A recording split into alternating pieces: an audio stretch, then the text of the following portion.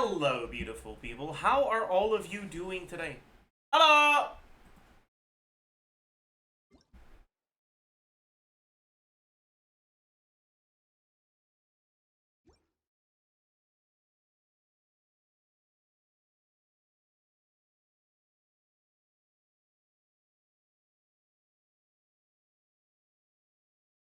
True. I mean, it depends on who you have. I don't know. Hello. How do you do, chat?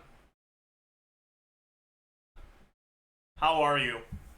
Hello!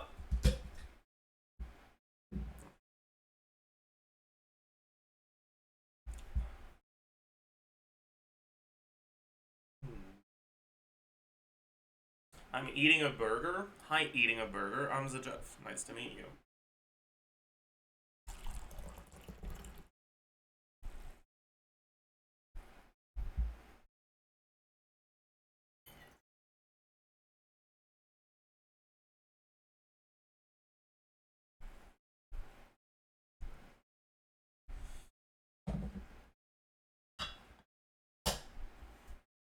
Okay.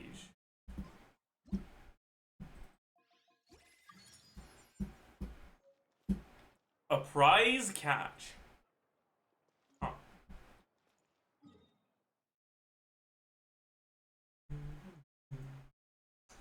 Alright, is today convention day? Yes, it is. Today is every book day.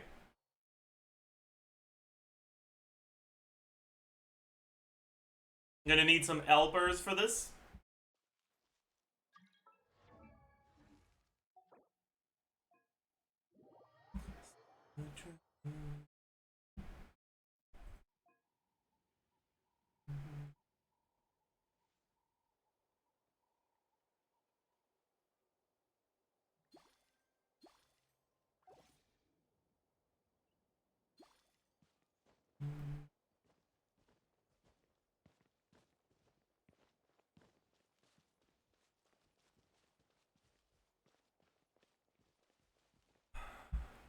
Alright, chat.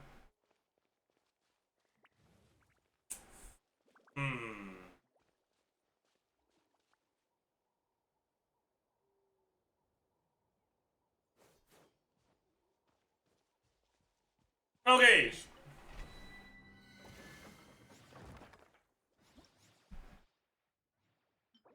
Contention. Yeah.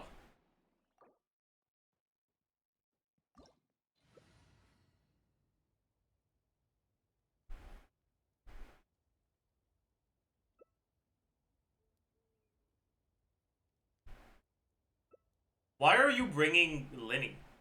These guys have like infinite pyro resistance. I'm bringing Malika because my other option is like level 70 KO with level 2 talents. But why are you bringing Linny? Listen, this kick button is looking a little appealing right now. Alright.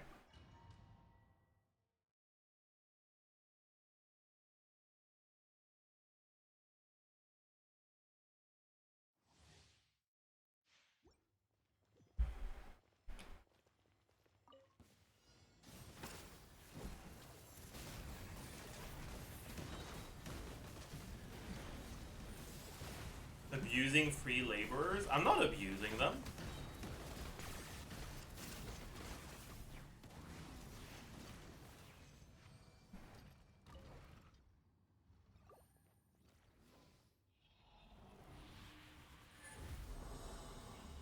Ah. No purple. Yep.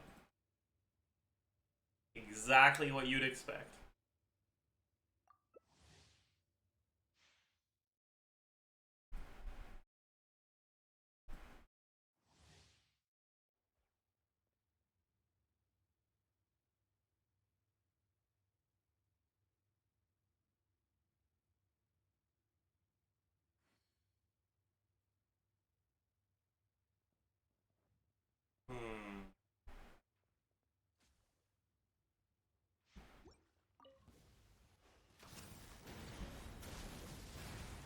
How to beat the turtle in the next stage in Onslaught? You don't.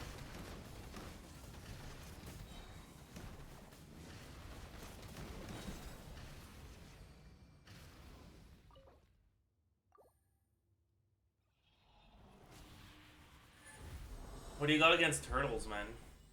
What do they do to you? Hey, we got a purple. Nice.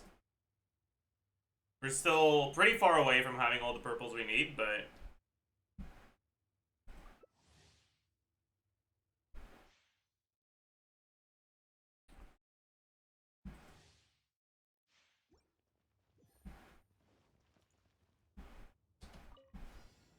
Oh, also, chat, by the way, I'm really excited to see what's going to be on the banners, because if the CITLALI banner is, like, really good, I might build a little bit of pity on it. Because the reason I don't want to go for CITLALI on her banner isn't because I don't want CITLALI on the account. It's because I need to make sure I keep enough primos to go for the characters I need. Right? But that means if I end up getting an early CITLALI, it's a result I'm happy with, right? So if the 4 stars are good, I probably will go for it.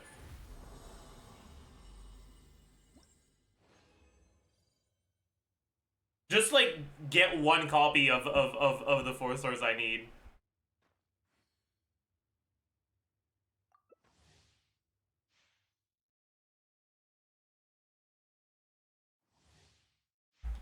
Yeah, like, if there's Fischl and Singto on the banner, you bet your ass I'm going for it. Just to get, like, C0 Singto and C0 Fischl.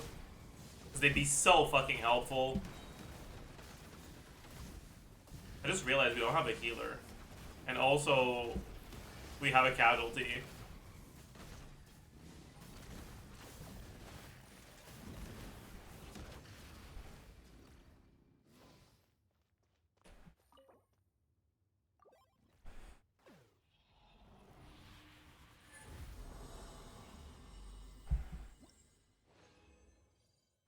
Another purple, very nice.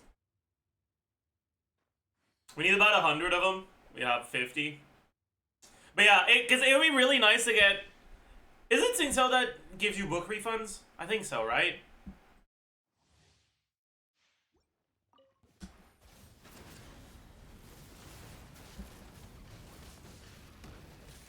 Yeah, I got hit.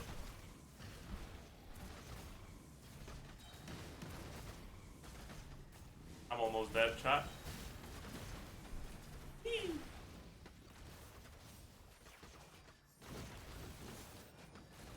My god, I'm gonna get burgeoned to death.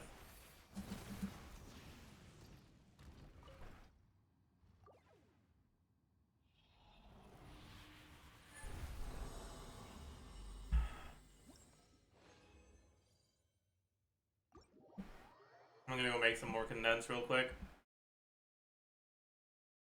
It's because he reads books. That's called game design. True.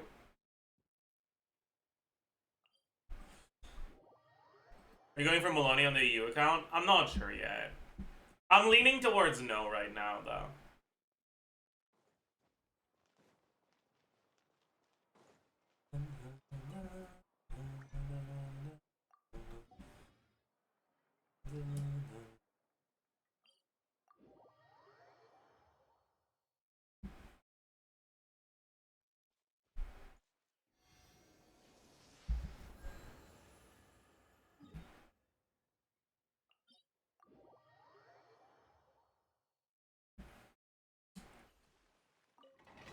Bro, the Singto copy blossom makes me laugh so much. It's the emojis that are used to support that he is not Yelan. Just, they're so funny. Like...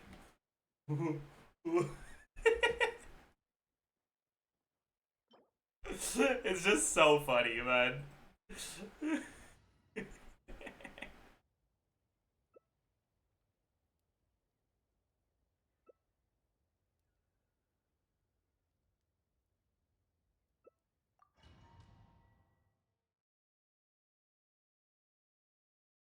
Oh, is there an empty spot on HumDDCat Wiki? What do you mean?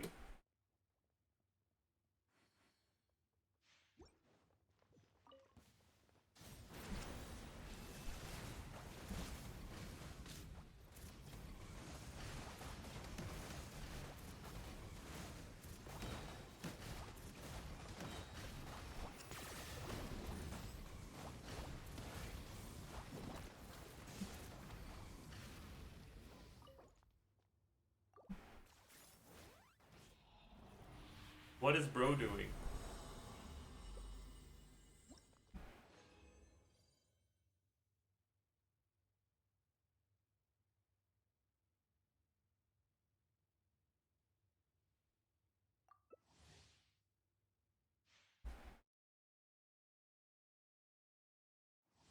And Lemaine thinks he's helping. True.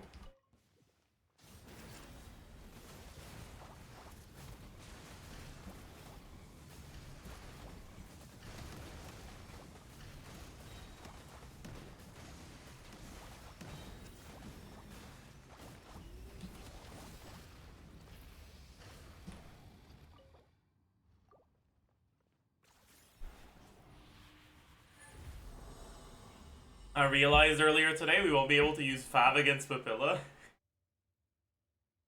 Yeah.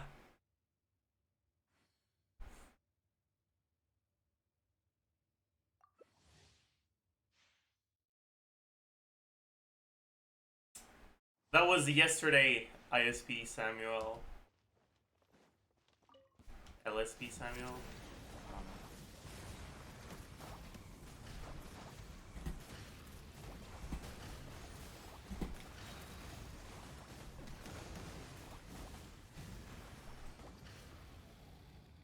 Oh my god, the other burst hit.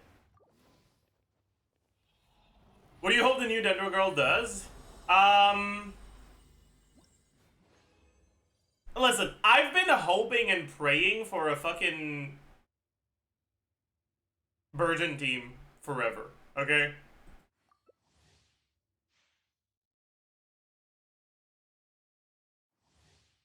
Honestly, what I really want...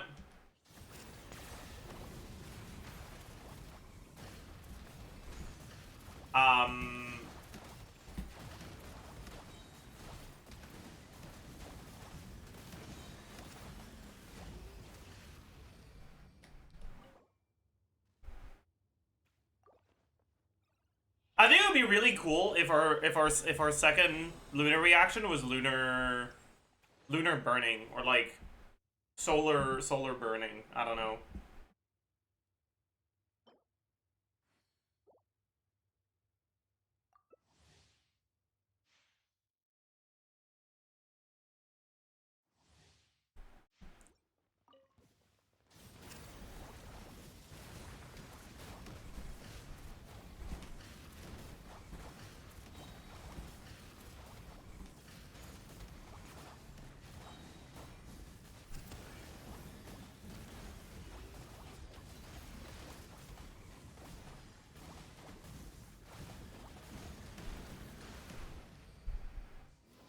Alright, last one. Are you doing good, handsome looking? True. I'm doing alright.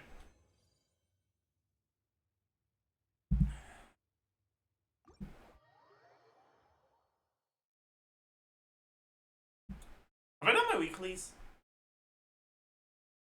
I think so, but I need to double check. Yeah, I have. How many more of these do I have? I have 3. Should do this at least. Oh! Why have I not leveled this? Huh.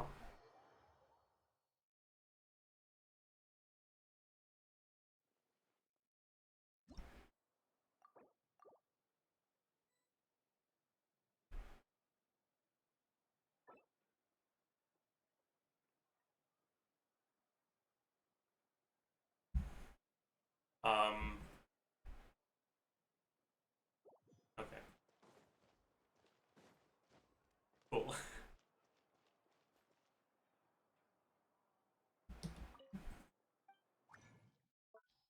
Yonsan, Burst, 11.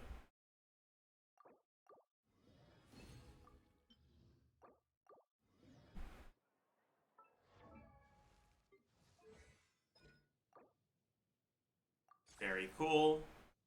And very cool.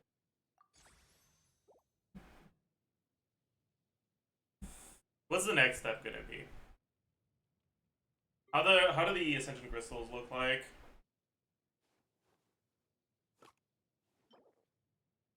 pretty much there already for this one, but not for this, right? Yeah. So next step is reach hour 55, then it's farm for Eonson Ascension. Noted.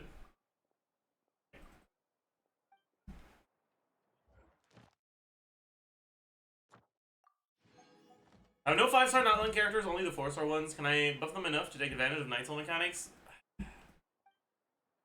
We don't have an actual 4-star Nightline carry. Like, we don't have a gumming equivalent for Nightline.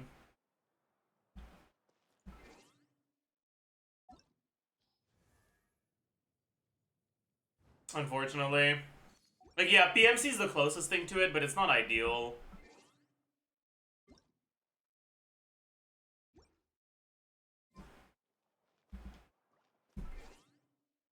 Let's go spin resin on main real quick. Get a Verissa upgrade today, because that's definitely happening. Klugi. He is delusional.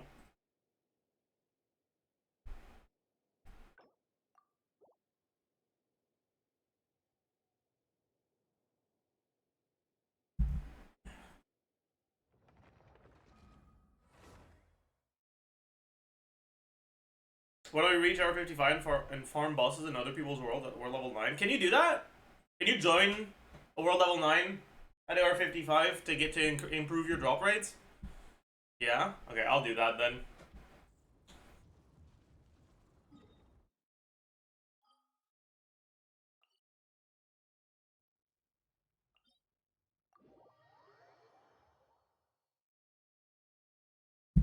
Alright, we get an exercise redeem. Do that.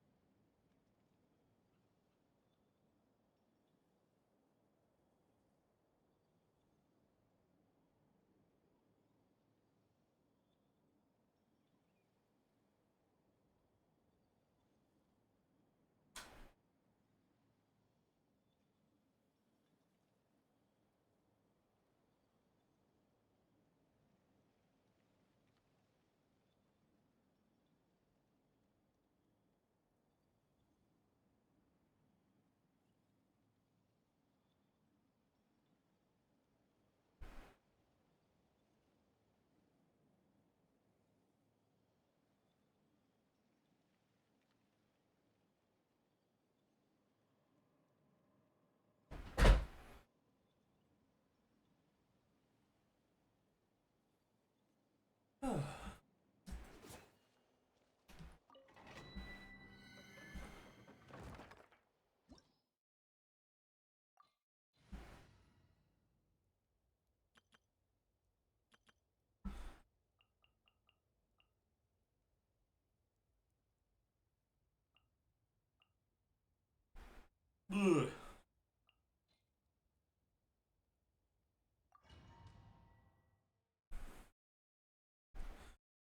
Do you think CITLALI has a higher pull value than Mawika?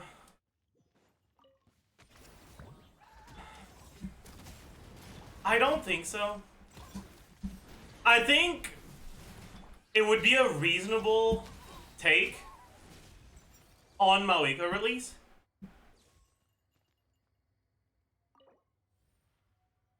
But not anymore.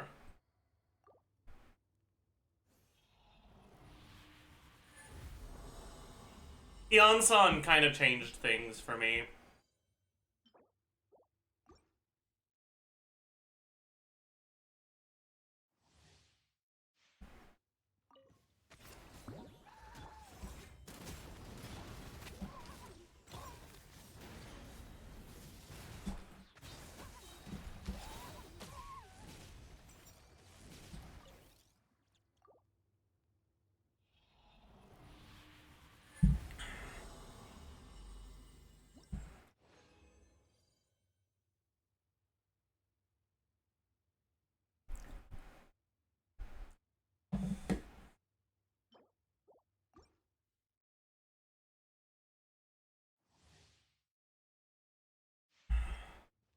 Remember when you said that CITLALI was the strongest character they released in 5.3? I mean...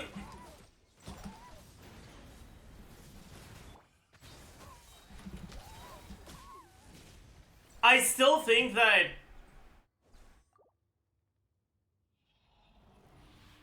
without Iansan, that's kind of still the case.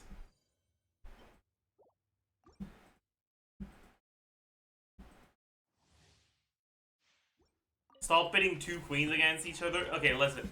I don't want to police who you're allowed to like, okay? But also, Mawika, queen, really? Really?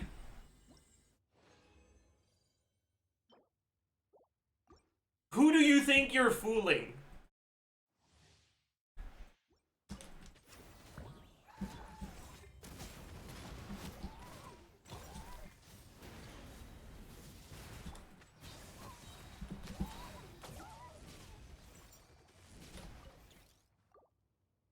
Like, be so for real right now.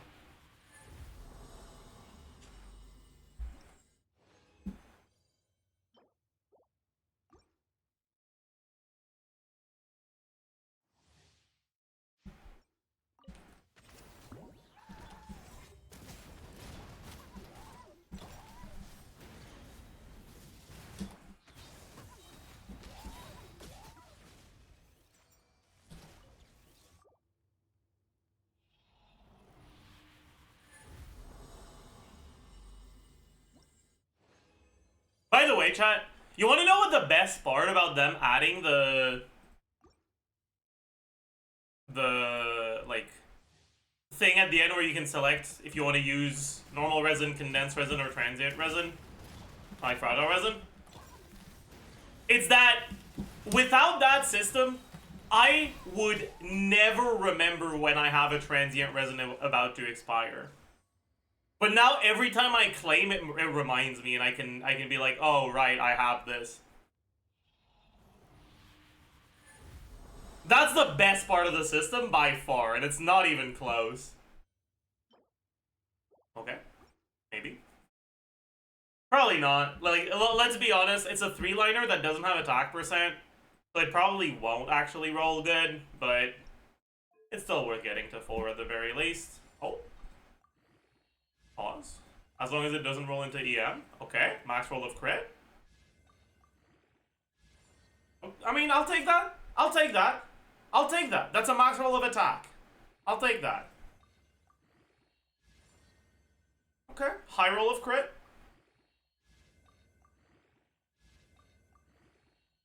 Okay! Max roll of crit! Wait! What the fuck? Is that a Marissa build upgrade? Yo!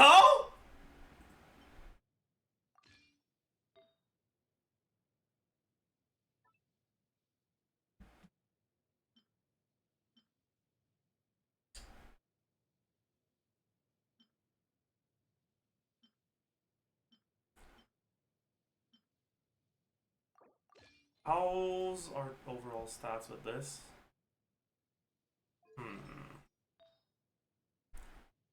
We're a little overcapped.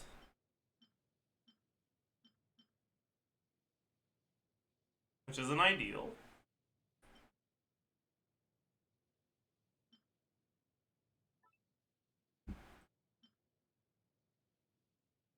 But it's not bad either.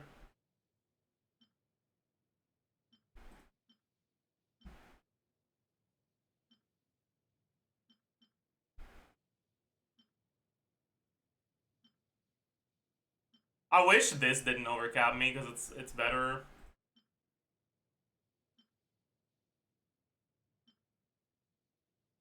Could also think about this one.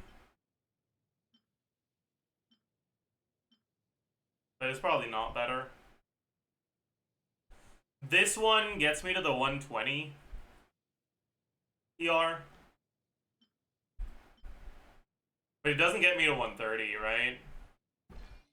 I'm at like 127? Yeah, 127. So we don't use this for sure.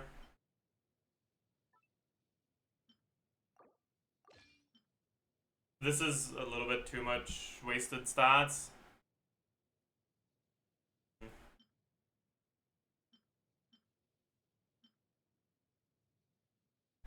Yeah. Whatever. Let's see. Let's see. We need to go take a look. We need to go take a look. Better question, is this a shall build-up? That is also a good question. What the fuck? Who changed my name card? Was it Saluna?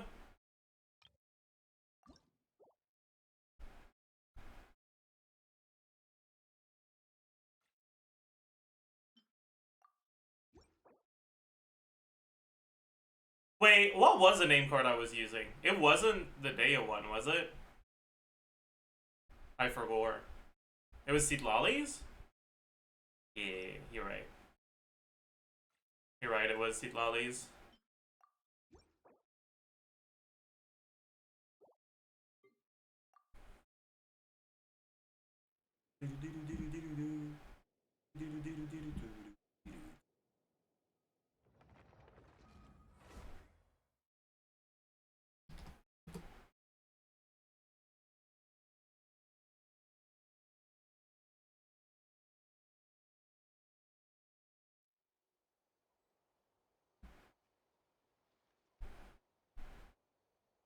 Oh my god, chat! Top 41! We're comfortably in the 2 digits now. Holy shit! Insane!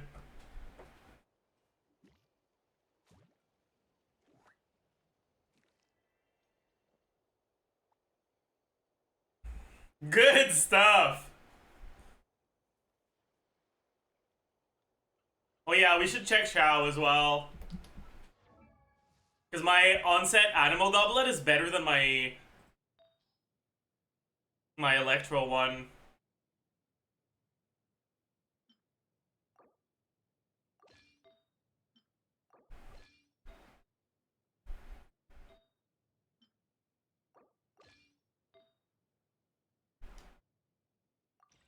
What do my stats look like? But baseline?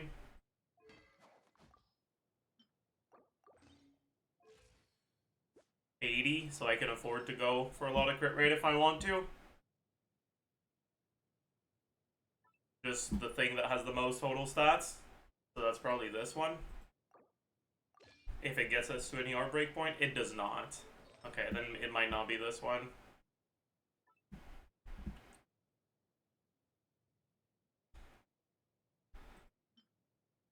It's probably just this then, right? God, this is so good though.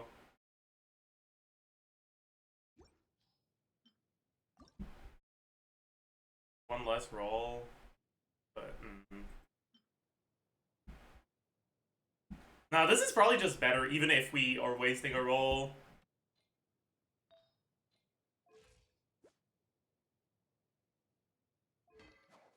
Damn.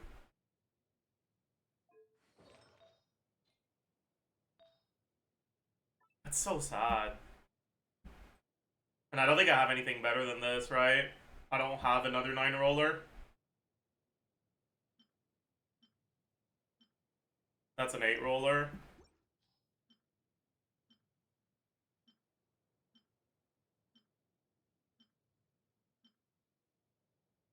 That's an 8 roller. That is another 9 roller, actually. Maybe this one would be better. Probably not. Because it's a lot less crit rate focused. I can probably Akasha's Cam. No, that's not a 9 roller.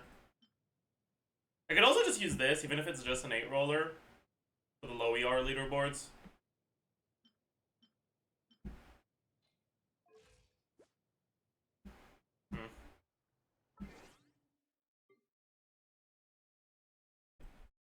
Let's save the Versa build.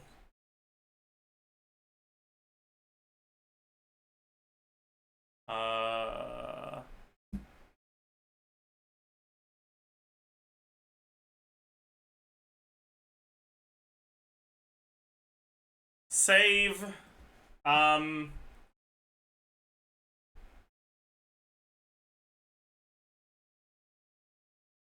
Finally, double digits.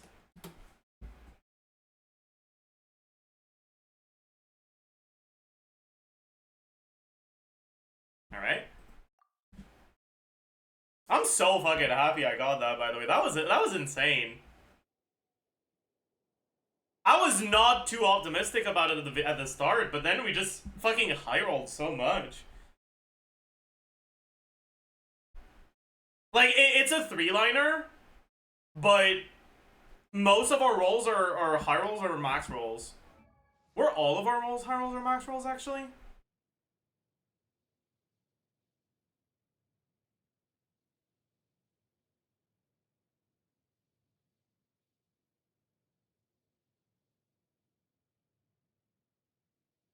Update properly.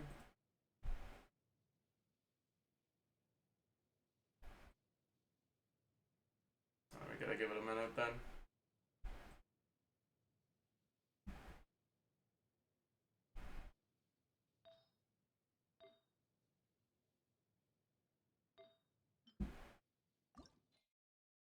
Yeah, alright, that's 7, 7, 7.8. That's 3.9, 3.5, and that's 5.8 twice.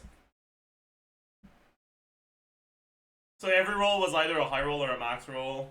Oh, late.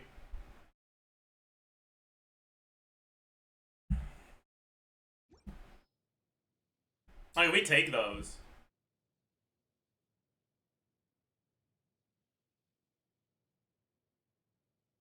Can you explain how Kaza is better than Chilonin in the Nevileti Nefa team? The biggest problem with Nevileti Nefa is that if you have Electro and Hydro on an enemy, Chilonin will not crystallize Hydro, she'll crystallize Electro. Whereas if you have Hydro and Electro on an enemy and you swirl both. So with Chilonin, you don't get Cinder City for your Hydro damage, and Cinder City on Electro doesn't do shit. Because most of Inefa's damage doesn't scale with damage percent. It's a Lunar Charge direct damage that doesn't scale with damage percent. So Cinder City basically does nothing.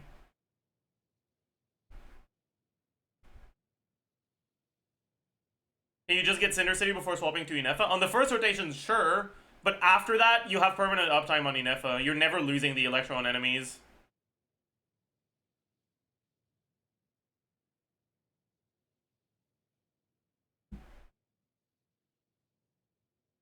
Is there a reason it only takes Electro? Because, unlike for Swirl, you can't trigger Crystallize on 2 elements at once.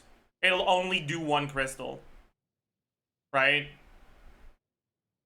Even if you have enough Geo to go through and to reduce both auras, it'll still only generate 1 crystal and count as Crystallize for only 1 reaction.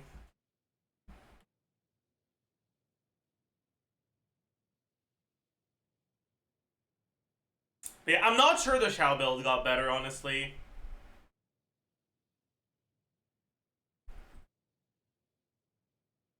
Oh shit, it did get better. We're top 25.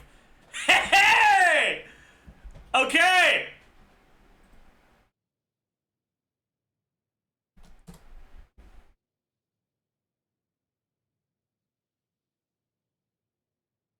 Oh my god. Chat, Nick is 20.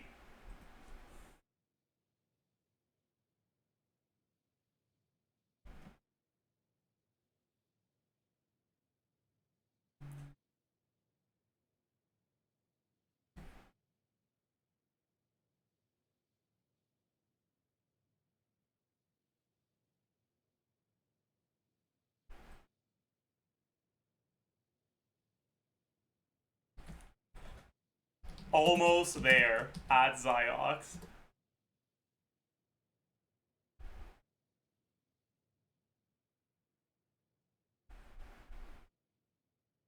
You wanna know what the best part is, chat, by the way?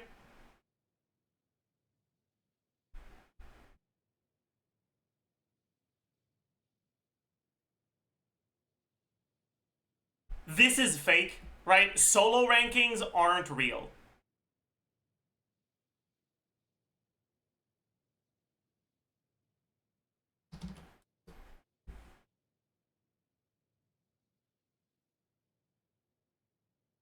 right? So 54,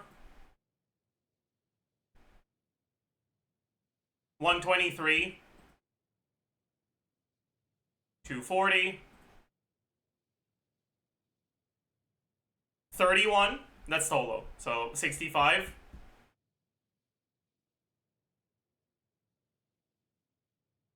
56,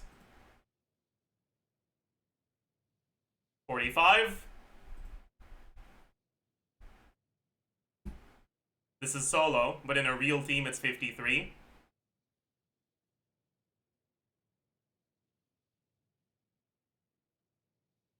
93, in a real team 24. But that's 140 ER, which is also fake as fuck.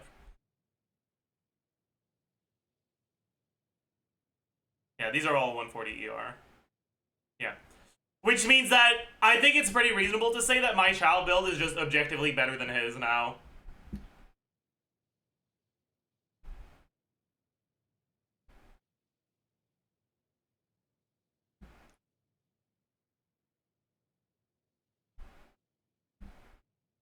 Maybe we can try to see if we can Akasha scam.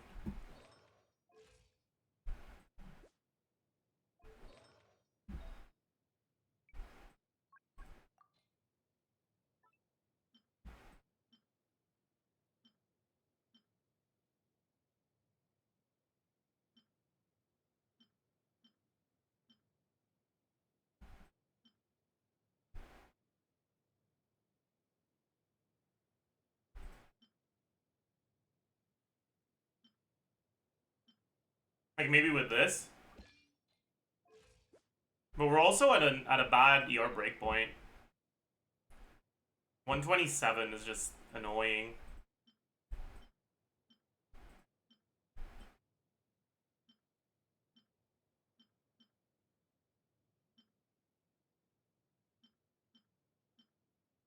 Yeah.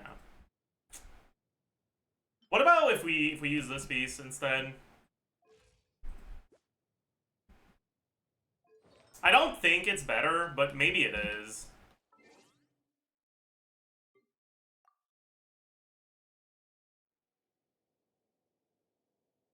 Any reroll shenanigans? We don't have any feathers. But yeah, like my build ranks 25, right?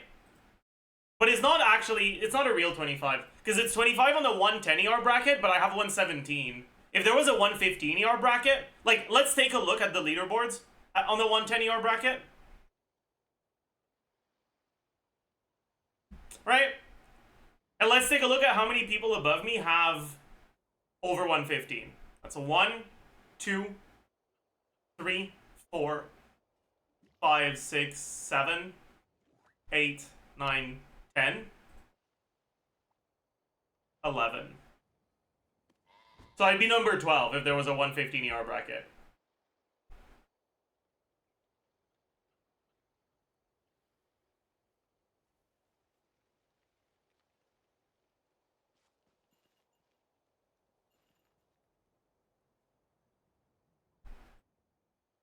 Anyways. Let's see if this updated. No, it did not. What the fuck is this? Oh, oh, did they recently add melt leaderboards?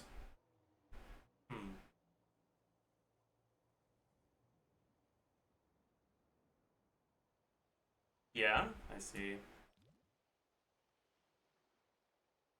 Need to give it a minute to update. All right, let's put the build back on Rissa. Put the build in the bag, little bro.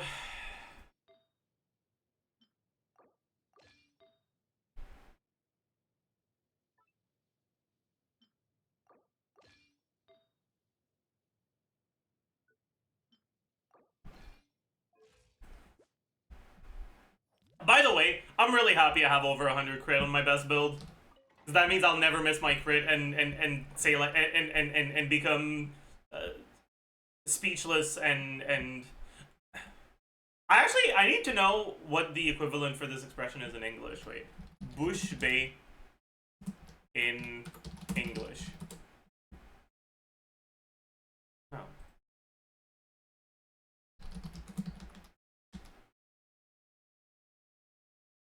There's no direct translation. Damn.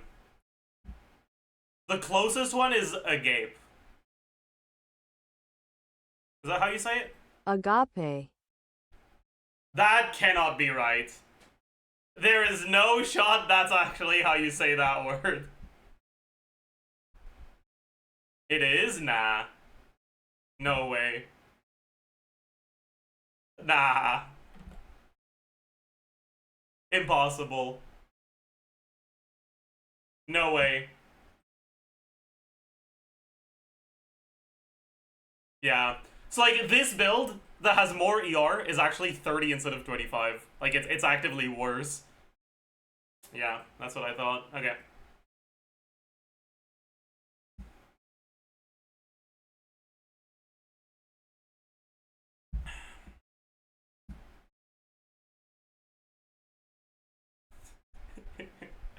Someone replied this, and that's so true, by the way.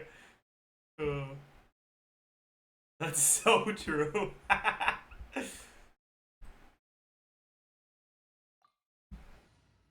That is actually the reason why I care about the rankings at all. Because it would just be so fucking funny.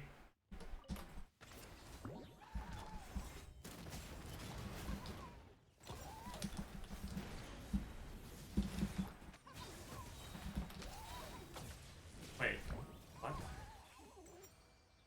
What was that all about? Did I not? Oh, it's because I yoinked this. Okay, dude, I got scared. I was like, is my build actually worse and I got baited? No, okay. Right. It's because I yoinked this for my Akasha maxing. Okay. Okay. Woo! Woo! That was scary.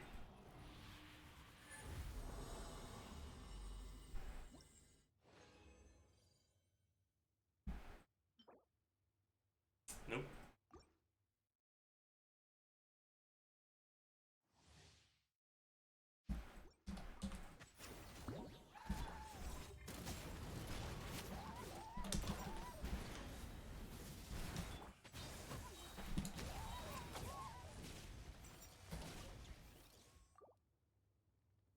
Why Son of Days Pass? Because instead of Noblesse on Chevy? Because if I put Noblesse on Chevy, whenever I play her with Bennett, I have to change her build. And I just can't be bothered. But since pretty much no one else ever wants Song of Days Past, if I put her on Song of Days Past, she can pretty much always stay on it.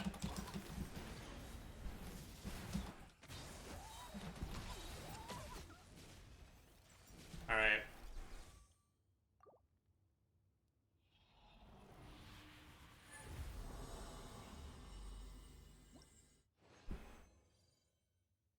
No pre-lock, bad sign. Or not? I mean, it's probably still not going to be good enough, but we might as well level it. It'd be nice to have a high crit rate alternative to our high crit, to our high attack percent circlet. So, might as well send it to 8. Even if it doesn't roll attack, I'll keep going. But if it doesn't roll crit here, I don't. Oh, it did. Okay, I mean, I guess I gotta keep going. Fine. You got me. Is it worth going for another one? Yeah, sure.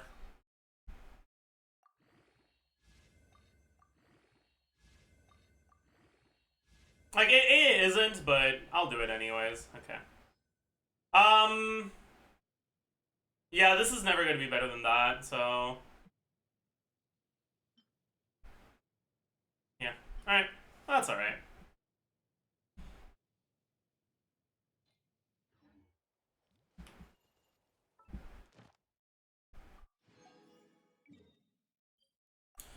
Who should get the Cinder City set? Eonson or CITLALI in a Moika team?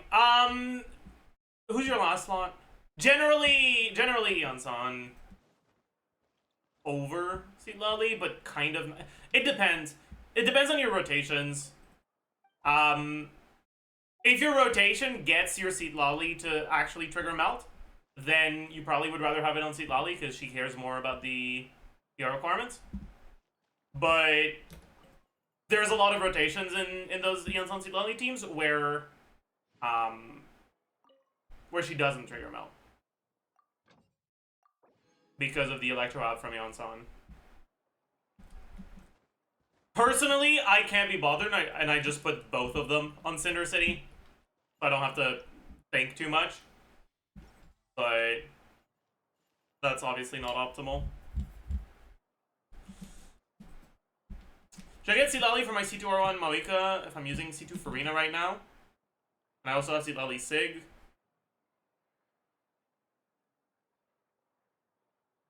From pulling from Mawika weapon. I mean, will CITLALI be an upgrade over Farina C2 in your Mawika team? Yeah, I'd say she will be. And she'll free up Farina if you also play a carry that wants Farina on another one of your teams. Does that mean you should get CITLALI? Not necessarily. C2R1 Mawika can clear everything except Dire pretty easily, even without CITLALI. And then Dire is clearable without CITLALI on C2R1 Mawika, but it'll be more difficult than if you do have CITLALI. Will CITLALI make your team stronger? Yes. Does that mean that it's worth getting her? It depends on what your other options are. It depends on how strong your other teams are.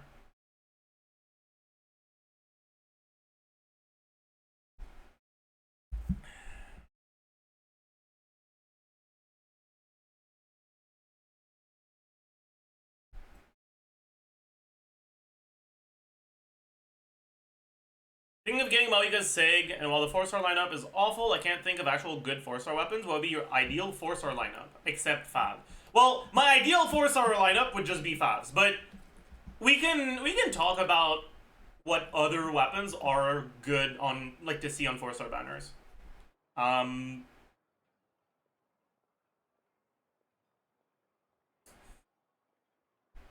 Genshin weapon tier maker. So let's only look at 4-star weapons that can be on banner, right? So Fav, Lion's Roar, Sack, Ali Flash, Loot, Zyphos, Doghand, Sturdy Bone. Let me know if I missed something, by the way. Fav, Lithic Blade, Rain Slasher, The Bell, Sack, Aquamaru, Mahara Aquamarine,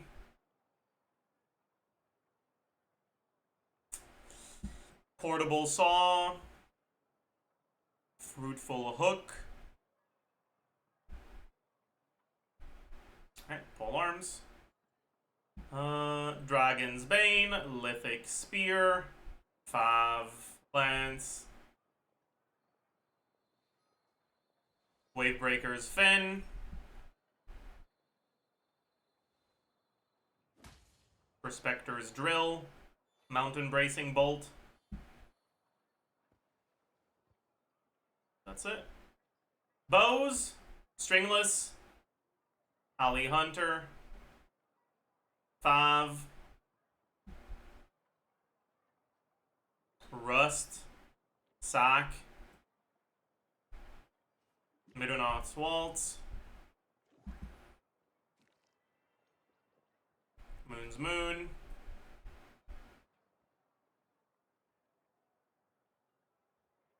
oh, I don't remember which is which for these. They all look the same. Is this range gauge? I think so.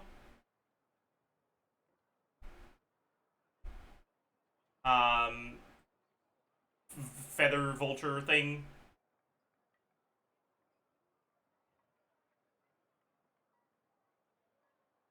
finally, catalysts. I'll just put them at the top here. So, Fav, Sack, Widsith, Wine and Song.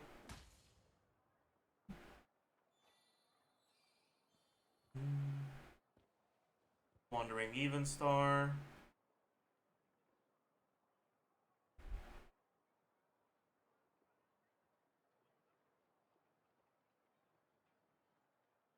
Don't remember what it's called. Is that it? I think that's it. Okay, and Eye of Perception.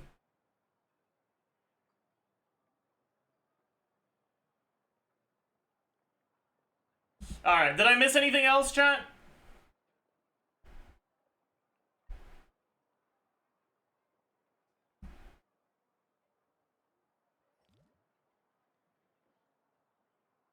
TDDS, true.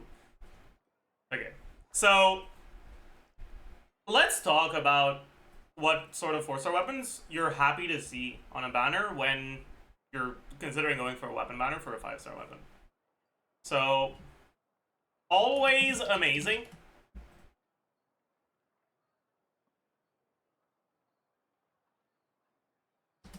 Good to own. Good at R5.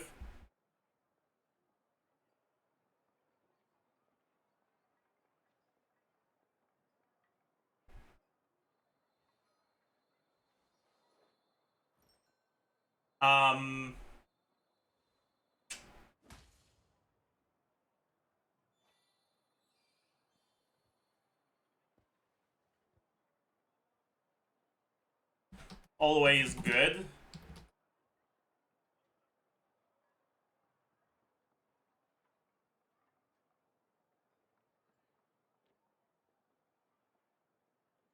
And not awful. Dog shit. Alright. So, obviously, right? Fav Sword, Fav Lance, always amazing. That's the... These are the best weapons you can see.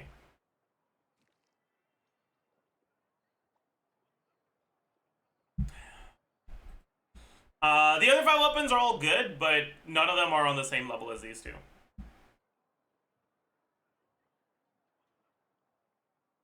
How many R5 Favs are enough R5 Favs?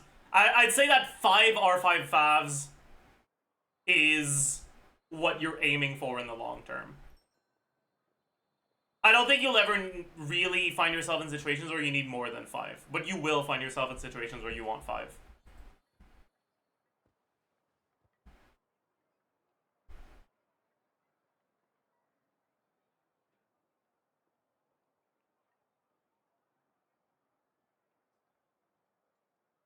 Have 1 Fav at R3? That's not ideal. Generally, you'd rather have 3 R1 Favs than 1 R3 Fav. It depends on a lot of factors, though. It depends on which Fav weapon it is. But as a general rule, I'd say don't refine Favs until you already have enough Favs for all your characters that want Fav.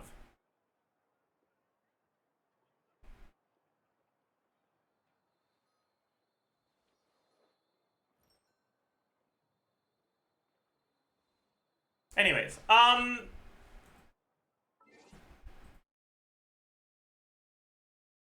there's a few weapons other than Fav that I think are always good.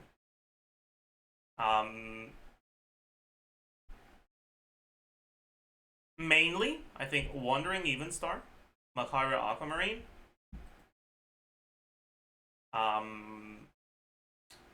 Probably Widsith as well. Zyphos? No, Zyphos is bait. The biggest problem with Zyphos is that characters that care enough about EM to want EM main stat are very rarely played in teams that have particularly high ER requirements. And when they are, very often, Fav is just better. The reality is that the fact that the stats given by Zyphos is energy, instead of literally anything else, means that it needs to be better than 5 in order for it to be worth anything. And the reality is that Zyphos just isn't. Zyphos can be better than 5 in some situations, but generally that will only ever start happening at high refine. So Zyphos to me is the sort of weapon that goes in this category instead. Weapons like Makara Aquamarine, even if you have it at R1, it could be your best in slot in some teams.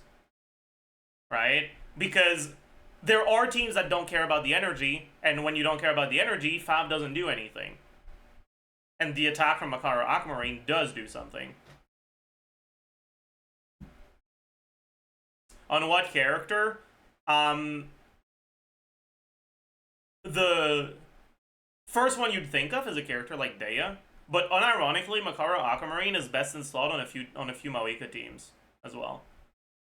When you're using Mawika as a support.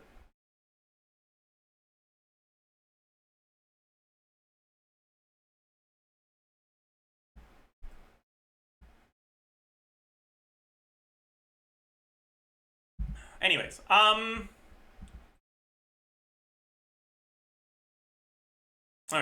There's other weapons that go in always good, right? 5 Codex goes in always good. I think Sac Frag goes in always good.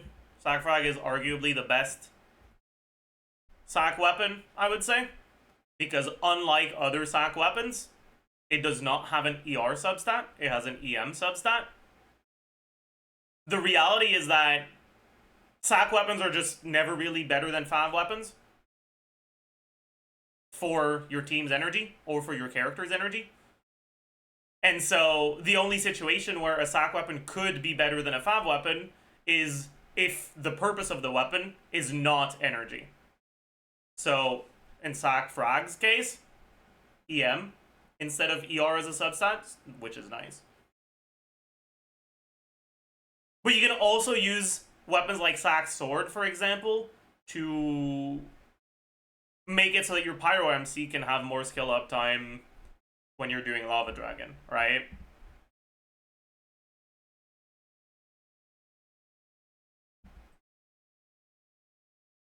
Fav Codex is a lie, nobody uses that.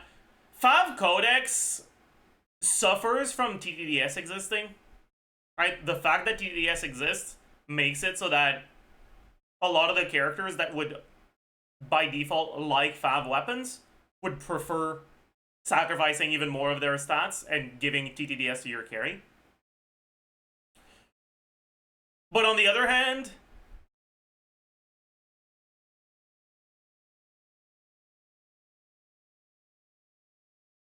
there are teams where you don't care about the attack buff.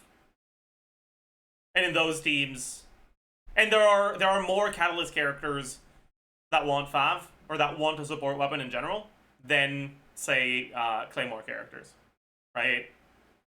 So you have better, you have more competition, but you also have more characters on which the competition is even a relevant discussion.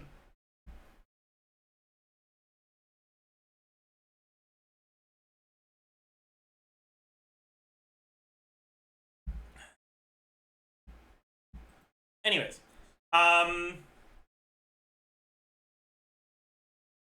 I'd say that Sac Sword probably makes it here as well. I don't think Fav Claymore or Fav Greatsword does. Fav Bow, I think does, yeah. I think that's it for the always good category. Good to own, Ali Flash, Fav Greatsword, Dragon's Bane.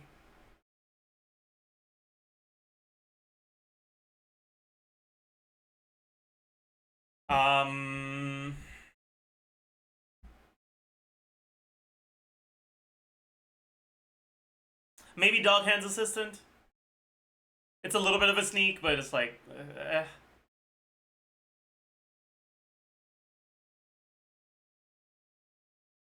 Stringless? No.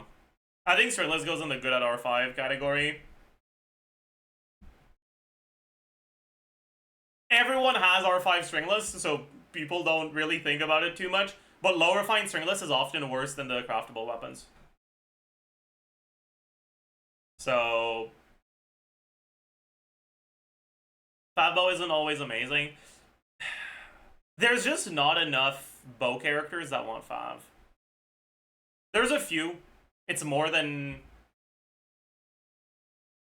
Fav Greatsword, but there's not enough. Diona likes Fav, but what teams are you using Diona in and what situations, right? And if you don't have Fav, are you cooked? Right, those are the questions you gotta ask yourself.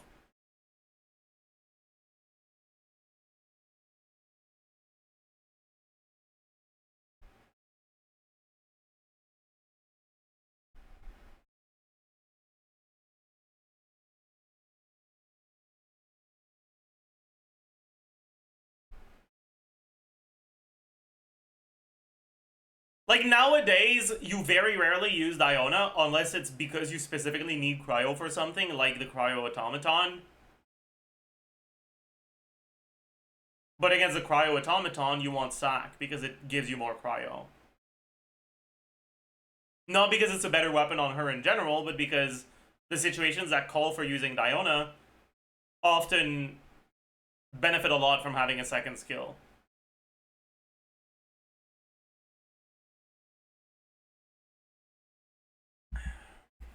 Anyways, alright,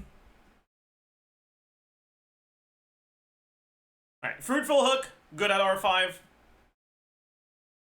I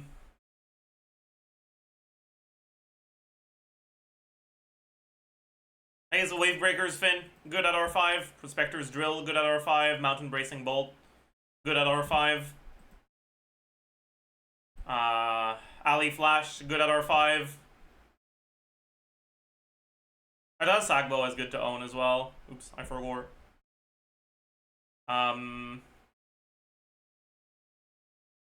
Whatever this is called, good at R5.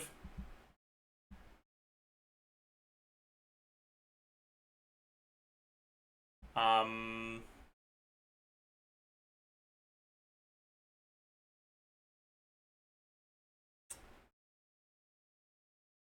think that's it.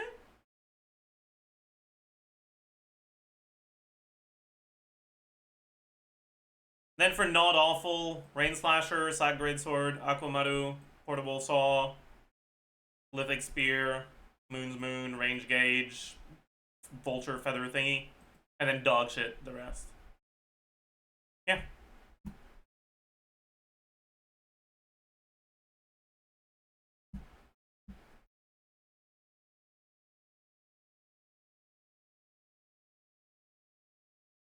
Yeah, that's pretty much it, I'd say. Sturdy Bone is awful? Yeah, Sturdy Bone is just... The numbers on it are just not good enough.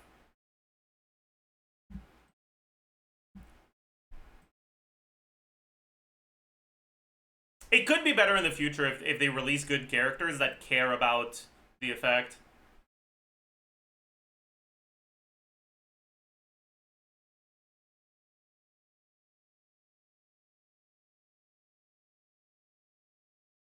No way the bell is not at the bottom with its own tier. Oh, I think the bell is better than Wine and Song. Sure, bell is pretty worthless, but it is a weapon that gives you a substat that your free-to-play options can't give you.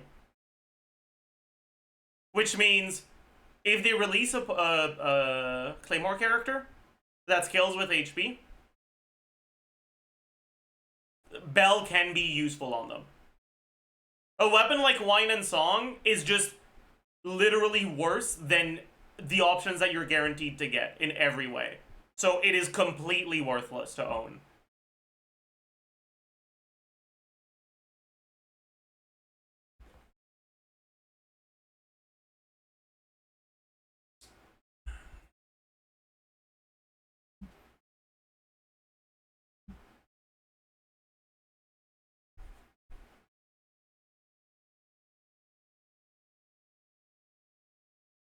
Anyways.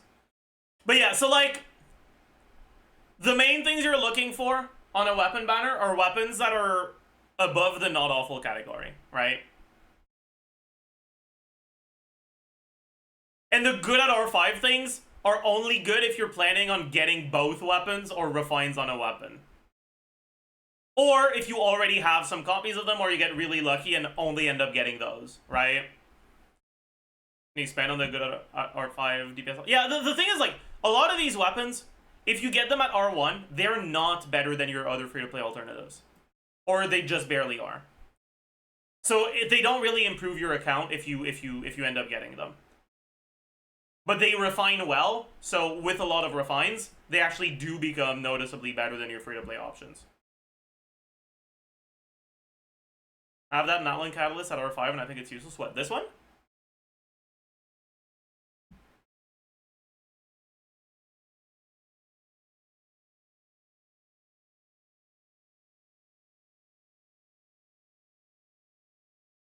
Wave Riding Whirl. There you go.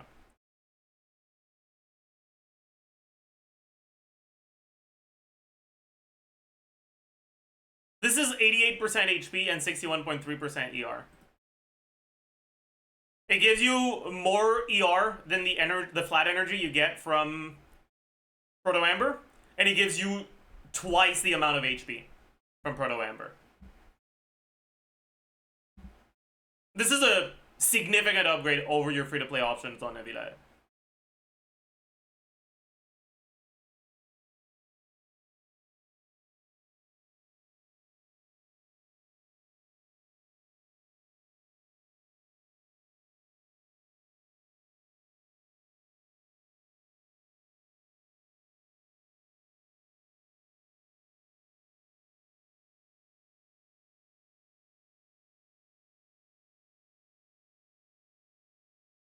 Does Nevilette need this much ER? Even if he doesn't, this is still more HP than Proto Amber. Even if you don't care about the ER at all, you get more HP from the passive than you get from Proto Amber. Nevilette with 3 Hydro. This counts the character that wears it if you use it on a Hydro character. Nevilette plus Farina is enough to max this out. This is not for every other... This is not for every other Hydro Elemental type. This is for every Hydro Elemental type. Wouldn't you rather build damage percent on Nevilette? And what free-to-play weapon gives you a lot of damage percent on Nevilette? The Amber has party healing. It's not a lot, though. It doesn't beat 40% more HP. With Sith, ooh, amazing.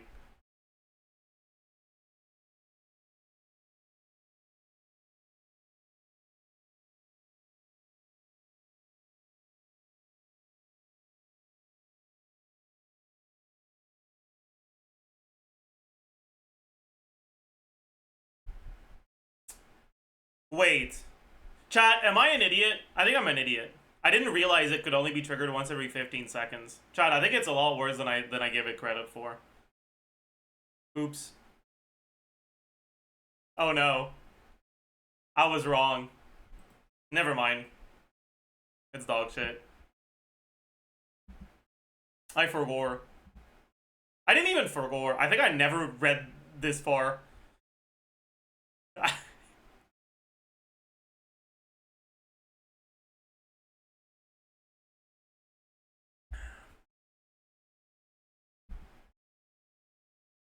Average case of gacha player not rating, true. It's only for Milani? Yeah, that's true. It is good on Milani, though. Right?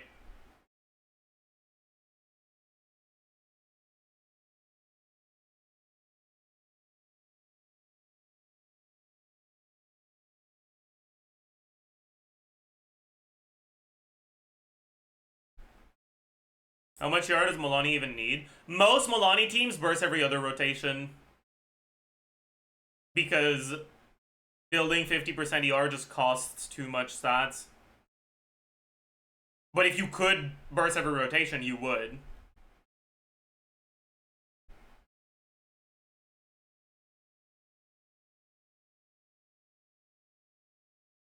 It's kind of similar to Verisa in a way, where like more ER just means that you end up getting more total motion value.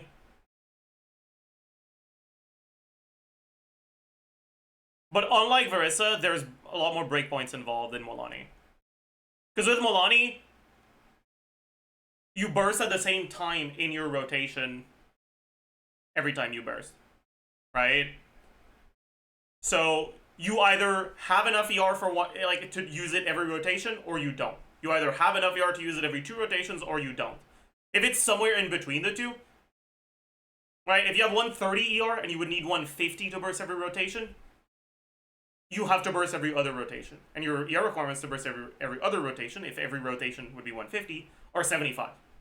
So the 30% ER you get are completely worthless.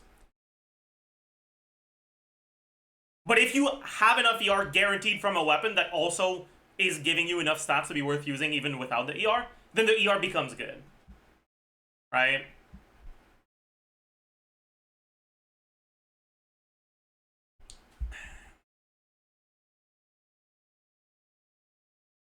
You could also compare it to Yanfei, right? Yanfei is another character that kind of bursts every other rotation, because it's not worth building enough ER to burst every rotation.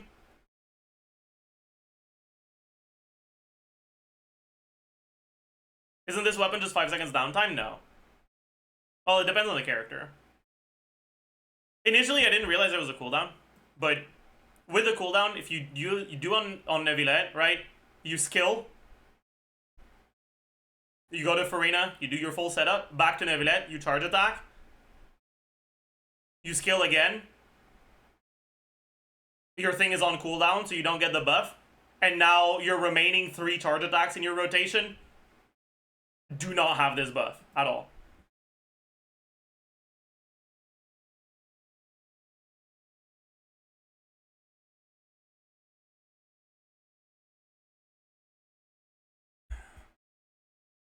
So it just doesn't do anything. So it's cooked.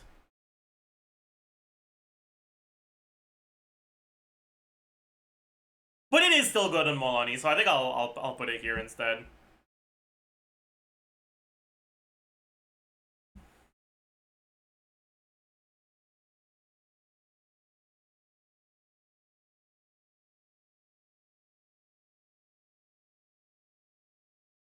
Can you burst on Neuvillette instead of skill to circumvent that? No. The reason why you open your rotation with a Neuvillette skill is because it makes it so your next skill comes off cooldown early enough that you can use it again.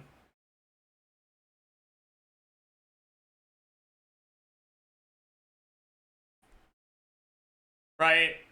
Your Neuvillette rotations are gated by your animation times and your skill cooldown. They're not gated by burst cooldown. So using burst earlier doesn't give you any advantages, but using skill earlier does.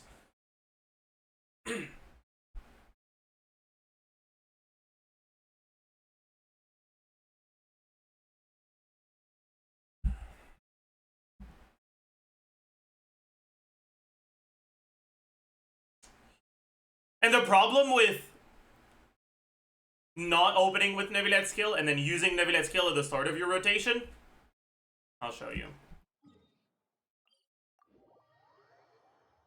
I'm just gonna skip the setup entirely because we can pretend that we're doing the setup and then we swap to Neuvillette and we open with our rotation.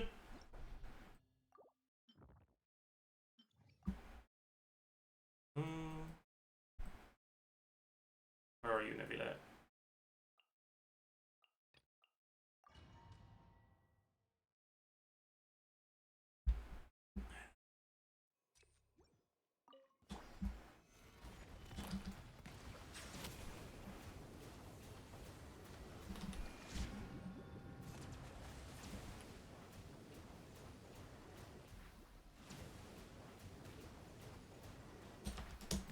Is that we lose a little bit of time here, right? By default.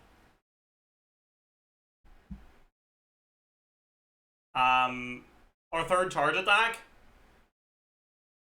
doesn't let us reuse skill as soon as it's off cooldown.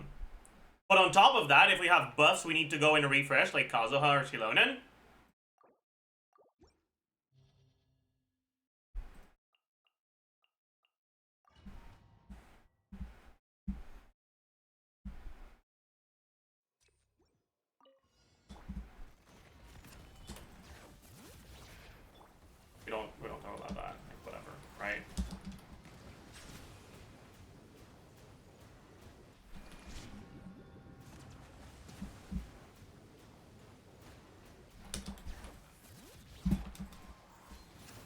as you can see here, I can't use my skill instead of my E here.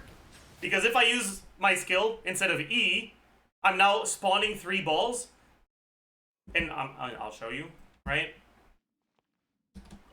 I'm not going to redo the setup, but I'll just pretend like I am.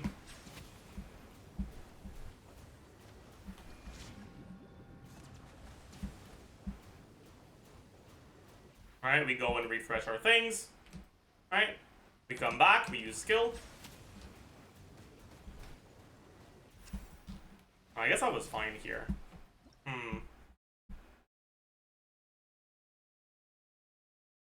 Did I just get lucky and only pick up the right balls? Your balls can expire if you skill, and then you'll end up with like 1 or 2 balls instead of 3, and you're cooked.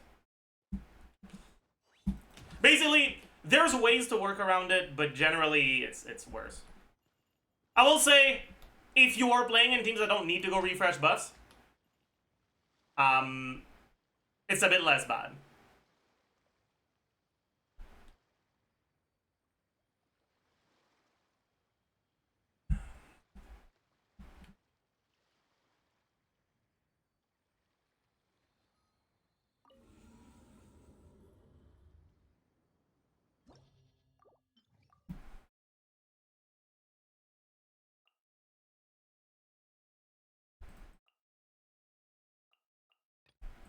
I hope my energy isn't too cooked. It probably is, but that's fine.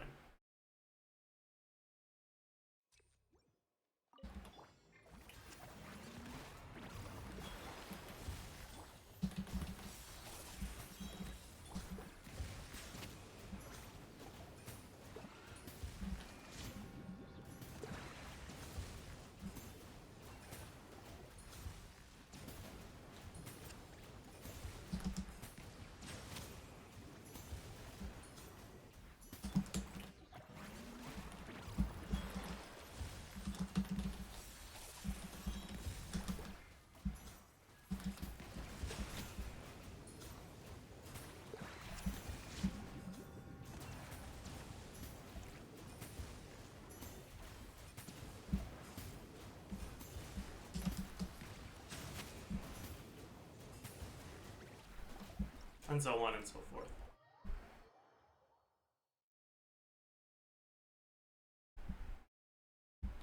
Anyways,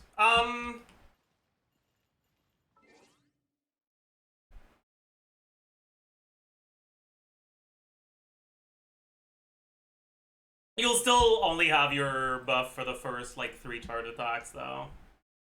But, oh well.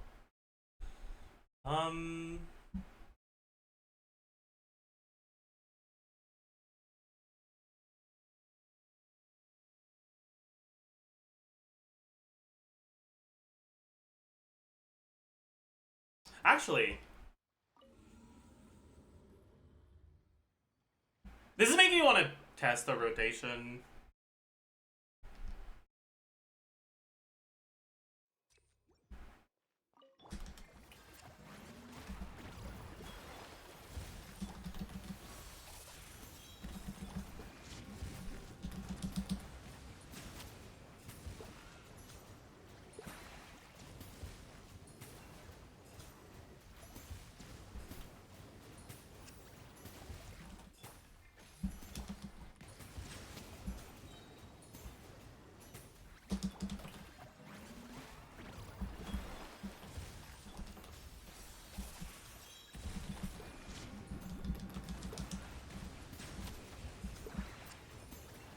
Oh, this feels alright, actually.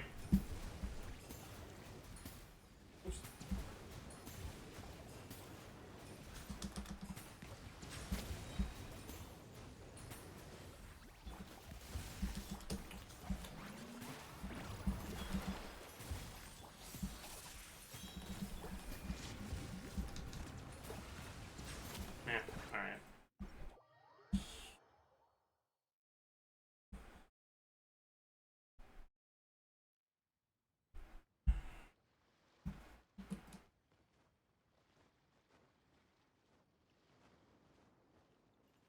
Do you see the optimal Escoffier in event rotation? Use Escoffier burst before Farina? I hadn't seen that, But I can imagine that's true. Because Nevidet charges a decent amount of fanfare by himself. And using Farina Burst later means more uptime. So I suppose that makes sense.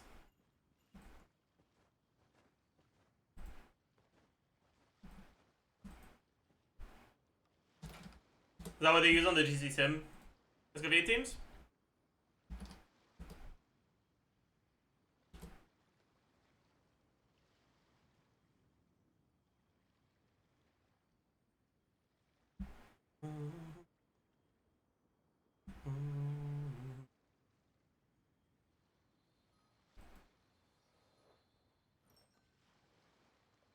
Reina, skill. CITLALI skill. Escafie, skill burst. Reina burst. Yeah, that makes sense, I suppose.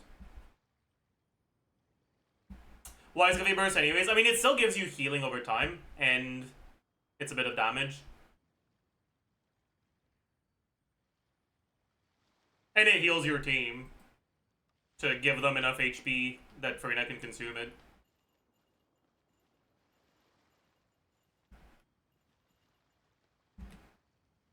Like, we can take a look in the sample.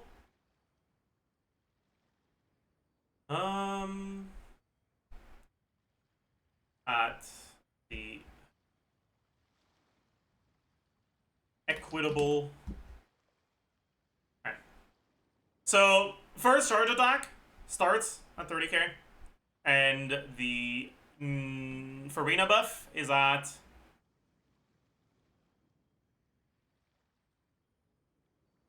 only 5%, right?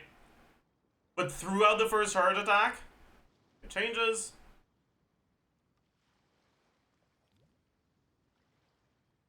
Until the last hit is at 57% already.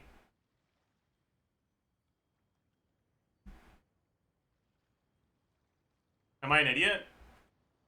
Actually, I might be an idiot. I am an idiot, yeah. That's the last hit of the second charge attack. Damn. That's kind of surprising then. Oh well, interesting. Wait, or is 57 where it caps out? No, it's not. I figured it might have been. I don't remember the level 9 talent values. No, it's 63 that it caps out, right? Oh well.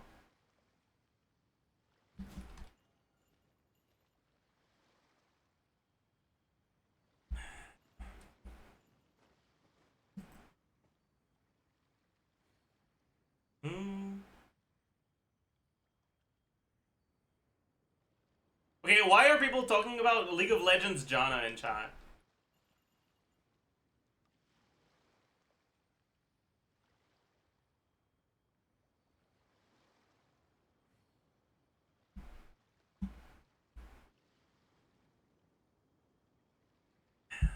What's wrong with all of you?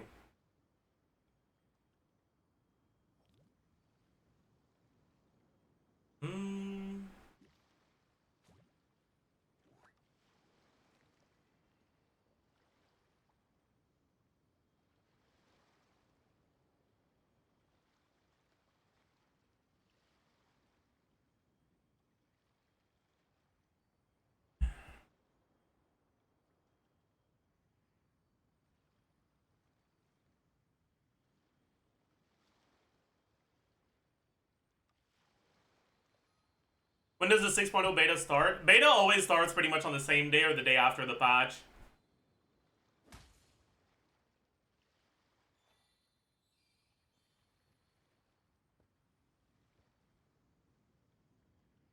Should we do our daily stall real quick?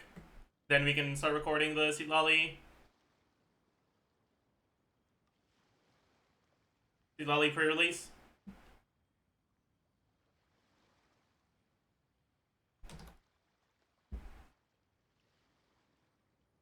We stare, we pound, and we zilch.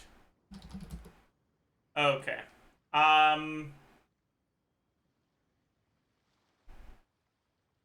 blank.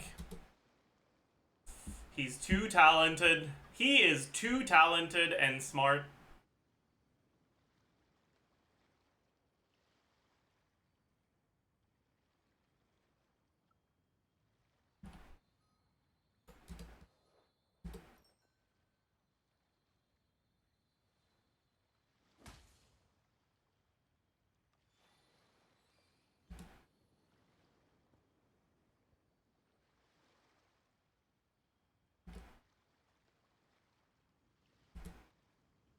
Leading role on The Last of Us.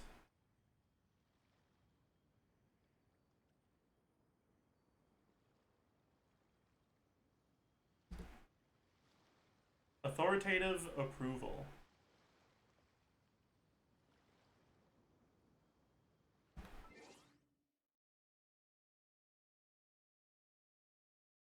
Okay, maybe it wasn't plea.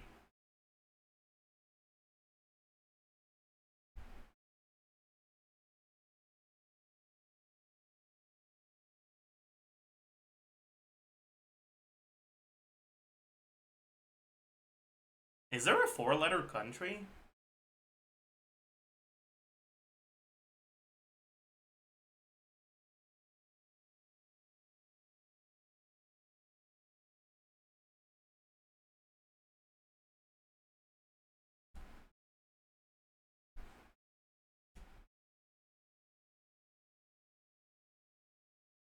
Nacho topping that starts with J.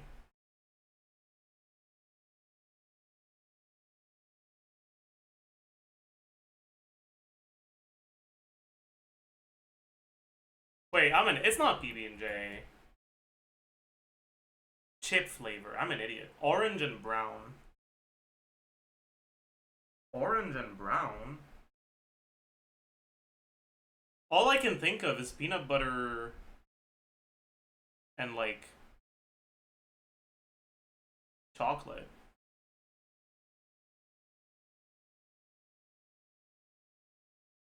Dude, I'm so lost.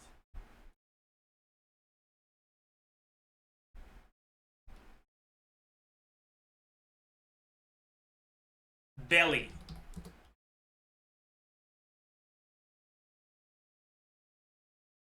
Peru.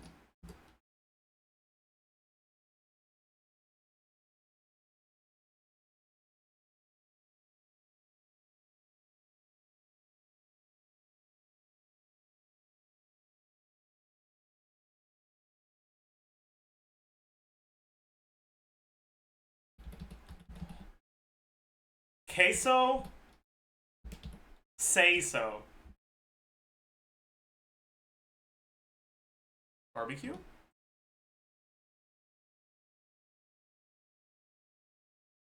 No clue.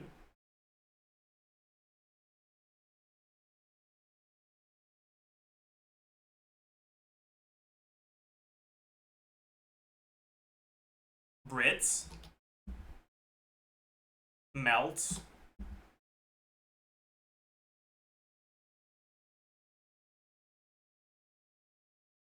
That's probably a vowel.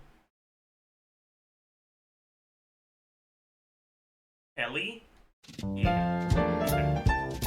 Okay. Okay. Okay. Okay. Okay. Okay. Okay. Okay. Okay. Okay.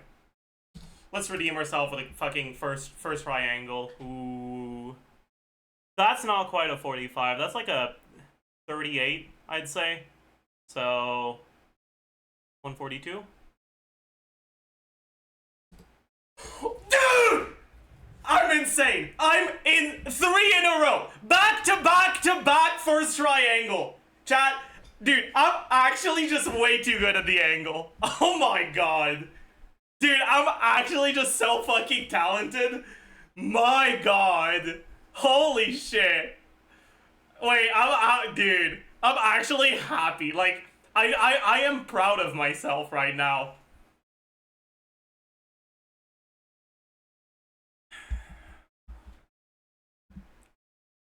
Holy shit, man. Holy shit. Holy shit. Alright, let's do the Genshin duel. Bro, we need to start finishing with the angle so we can always end on a good note. Wait, let me check something real quick. Alright, it's not Kaya. Nahida? Nope. 2.1 exactly. Was that when Raidam came out? Yeah. I'm really not accustomed to using a vision. Why don't you teach me? I nearly forgot. You've never used the vision either. Someone who recently got a vision or who has a fake vision? Did Farina get an actual vision? She did, right? Yeah, bet. That's Jean. That could be a lot. Let's try Barbara. No. Wine and music? Venti? Yeah. I feel like I'm kind of cracked today. Holy shit. I'm actually, like, I'm cracked. My god. Alright, let's lose... Let's lose the confidence and the trust of chat real quick.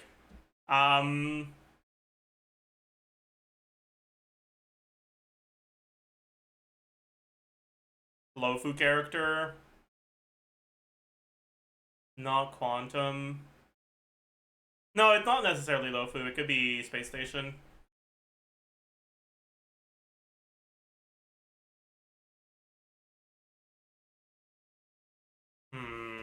But I'm leaning towards Lofu because there's more of them. Maybe it's Welt, though. I want something that will differentiate between Welt and March. Right? So I need to guess something that's either Preservation, Nihility, Ice, or Imaginary. If I'm guessing a Lofu character. Ice Lofu? Is there just Yunseng from 1.0? Not sure. But it's Hunt, so it can't be.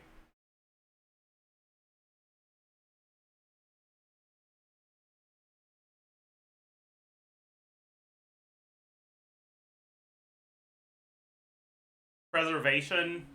No. Nihility? Nihility, Lofu, 1.0. Is there anything?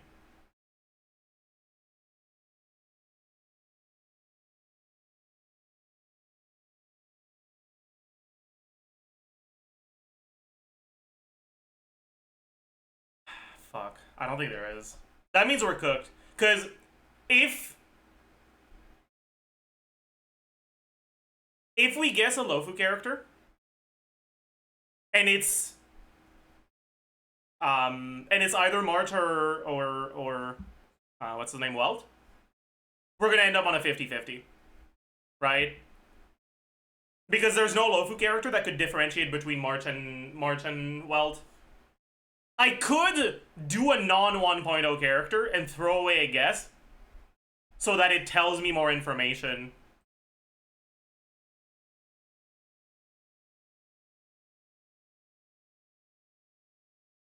I think that's actually the optimal play here. Do something I know it can't be to narrow down the options.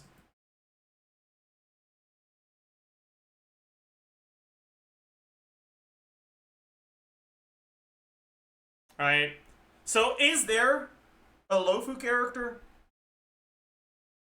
that is either, well, any that shares any characteristic with March or Welt,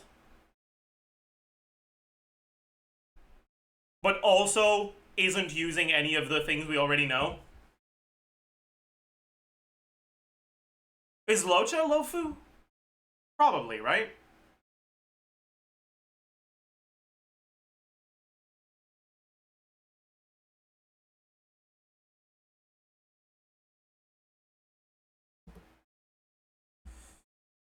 Okay, so it is a Lofu character.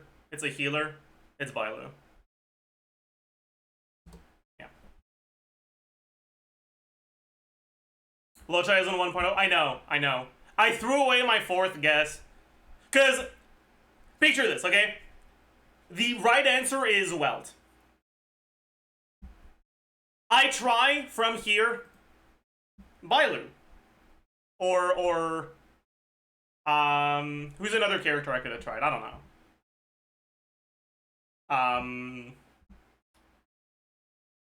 A Lofu character that like could have fit after these three. Is there another one? Bailu,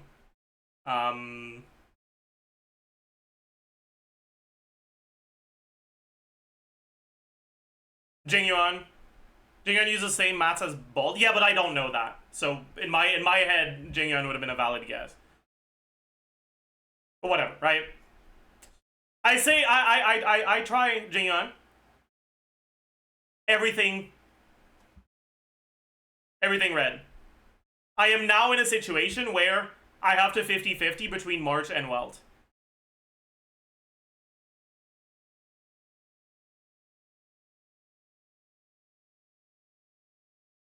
But if I try Locha, even though I know it can't be him, it can confirm that it's Lofu. But if it's not Lofu, if it's March or Melt, it tells me which one it is.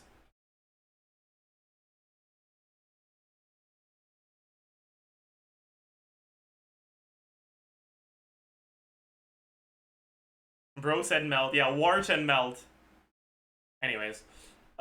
Old Witch. Natasha is beautiful and nice, but when she gets angry, she isn't so nice. But still beautiful. Is that a hook? Yeah. That's wings. There's a lot of characters with wings. Is that Robin? Is that Sunday? Is that Ron May? I don't know, dude. Darting Ironthorn? What in the fucking hell? I have no clue at all.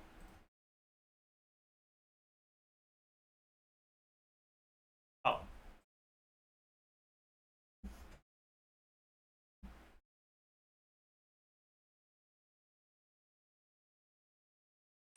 Lightning. Let's try Acheron. Fox. Let's try Tingyan. Okay, dude. Spoilers in the emoji doll. That's fucked up. Ben. Not a Ben day. Oh.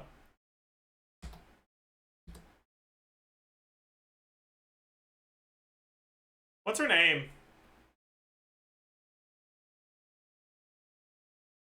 Caesar? Caesar. That's not how you write Caesar. Okay.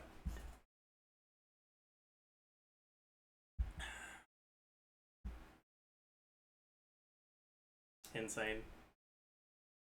Insane. He's insane. Can we get a Balatro duel?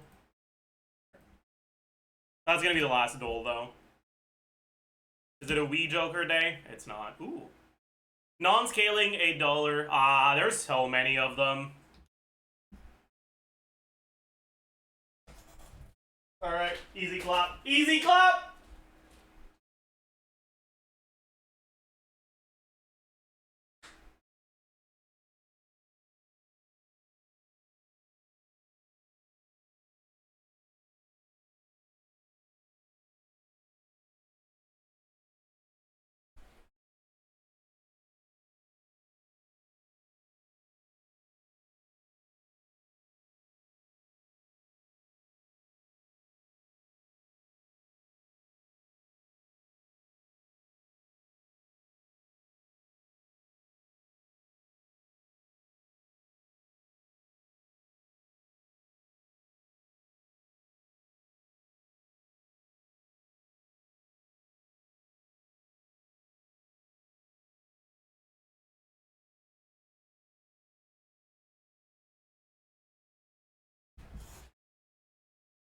Alright, chat.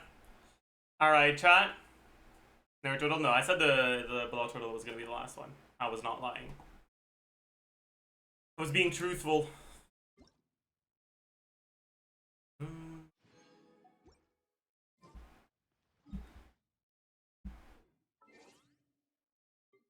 Truth meter, exactly.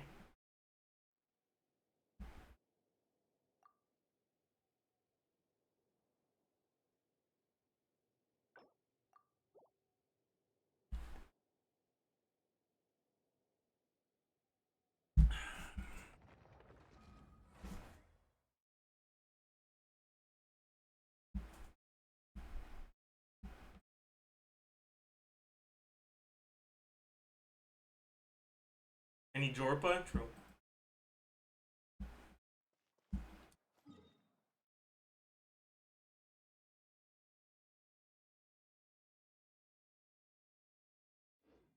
Alright, chat. Actually, why did I even log into this account?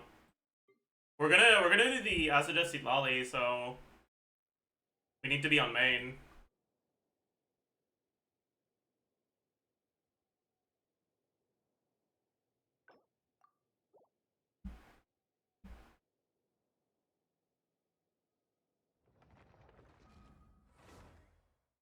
Alright, let me go make a community post.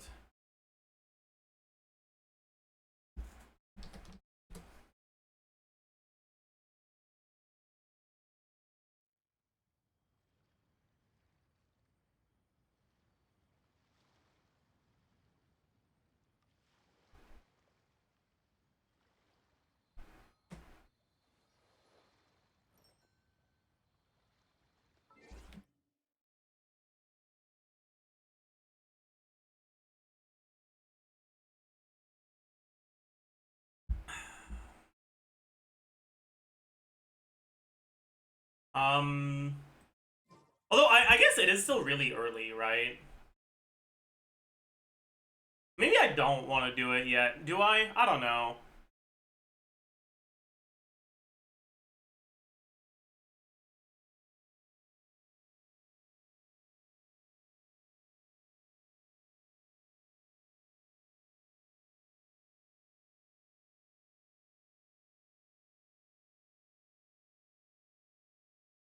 Hmm.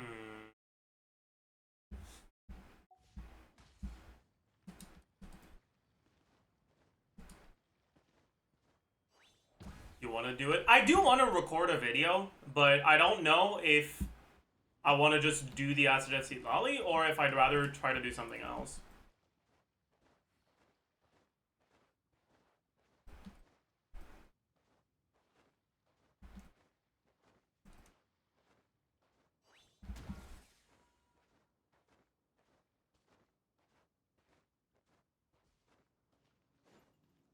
Maybe I could do a not one retrospective video.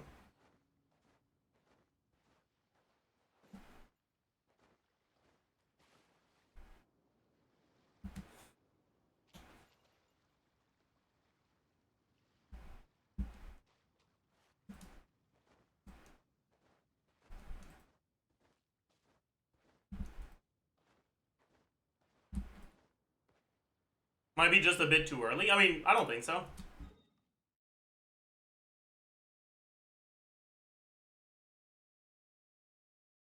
The last 5.x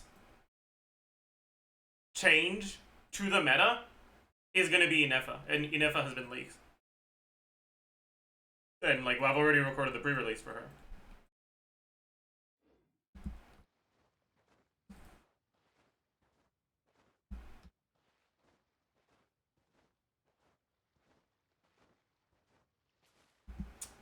Yeah.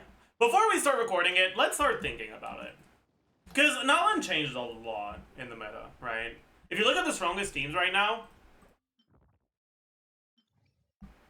all of them use some characters that came out after 5.x, right?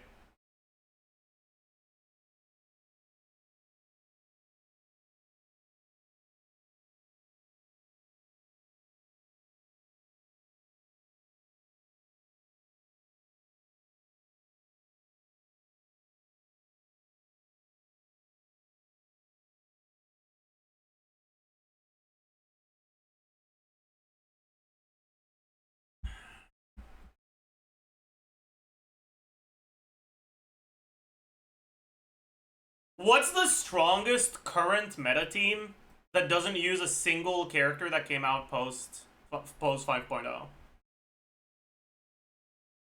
Probably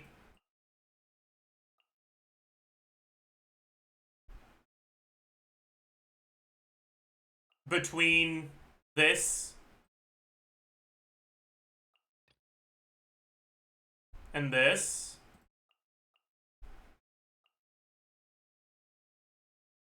What was the last slot back then again? I forgot. Zhongli, right.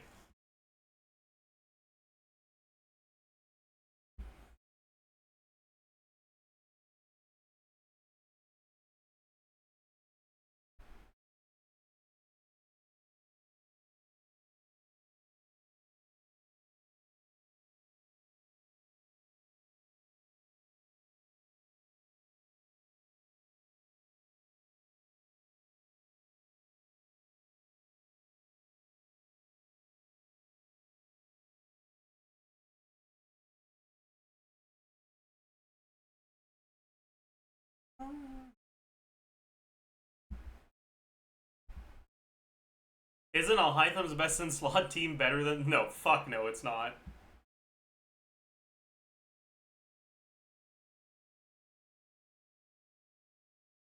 No, Arlecchino Vape? No. And does the Arlecchino Vape sheet slightly higher, but it's fake.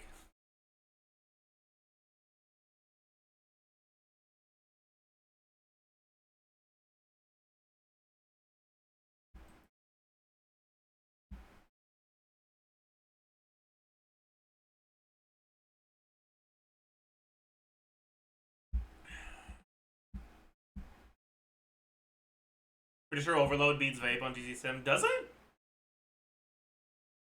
I can take a look.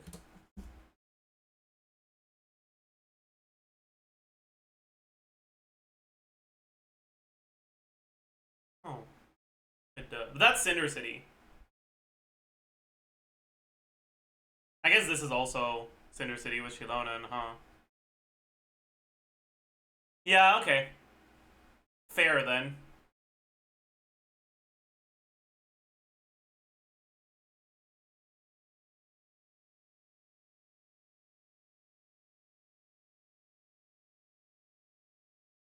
Yeah, we can do the title as well. Notlun changed everything.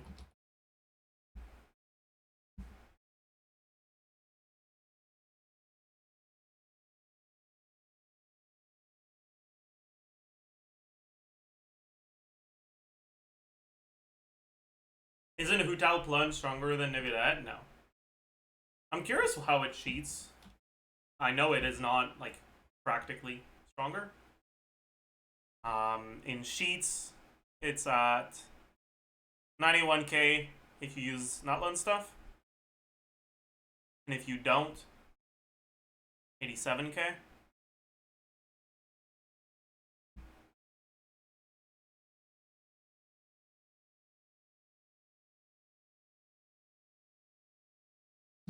Nividat steams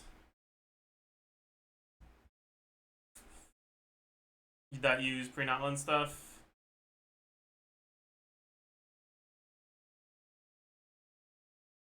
92k.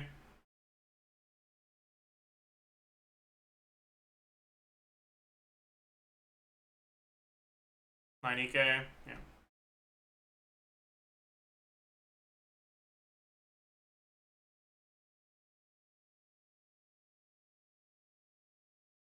Yo.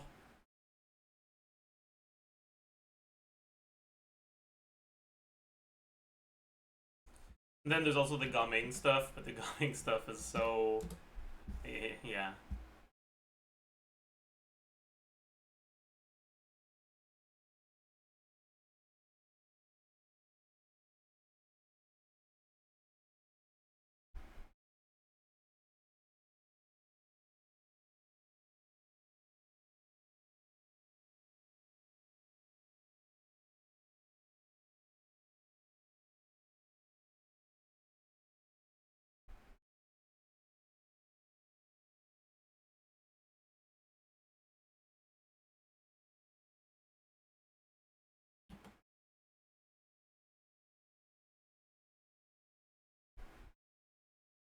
Shao Premium?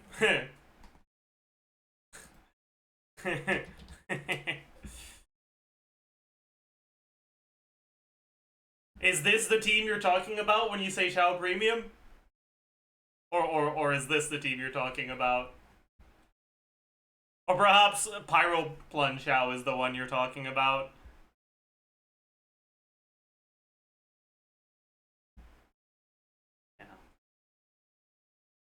Yeah. Yeah.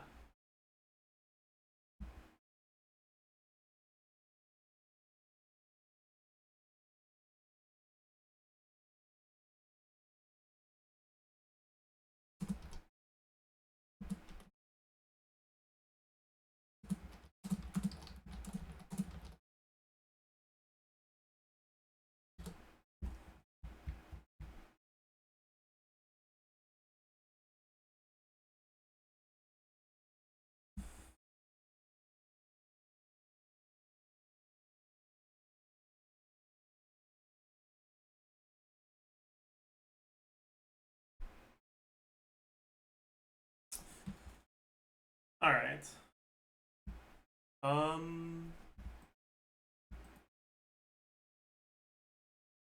Yeah, I think we can do this.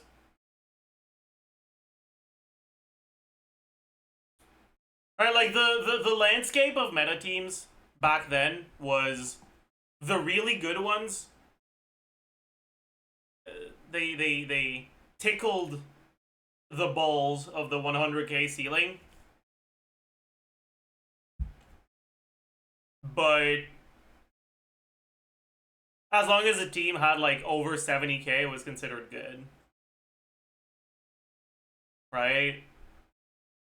But back then, people considered the Shao teams to be fairly good.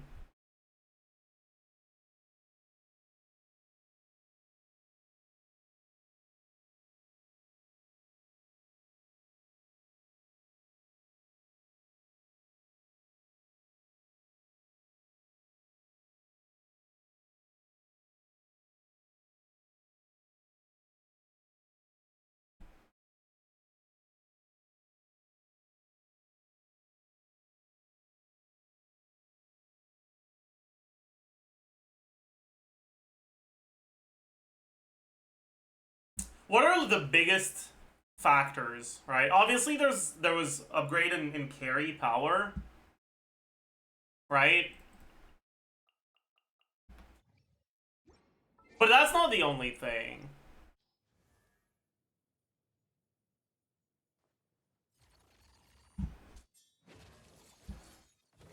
Like, supports individually do kind of more than they used to, partly because of scroll.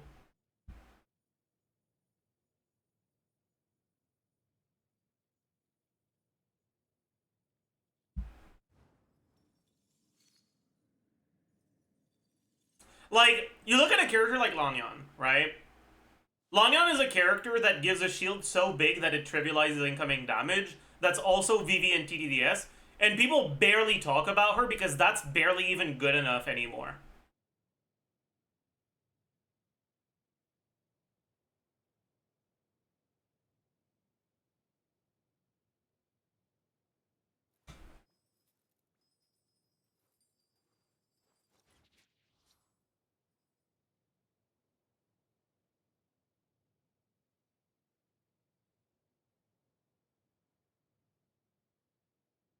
There's the fact that they keep releasing supports that provide things that are redundant with VV, with less steps that are just like easier to do, right? Like CITLALI gets her shred in such a trivial manner compared to trying to get a fucking double swirl in a Kazuha team for international, right?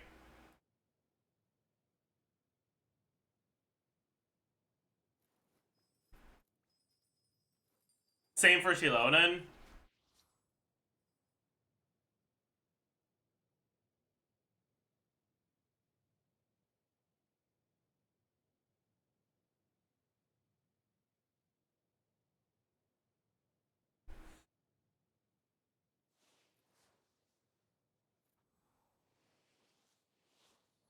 Yeah. Alright, chat. Everyone can say hi to YouTube.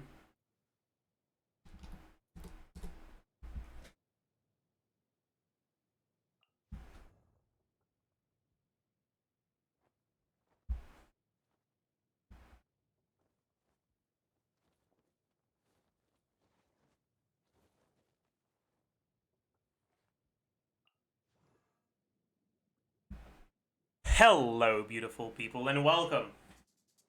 Hi, to a video about how Natlan completely changed the meta.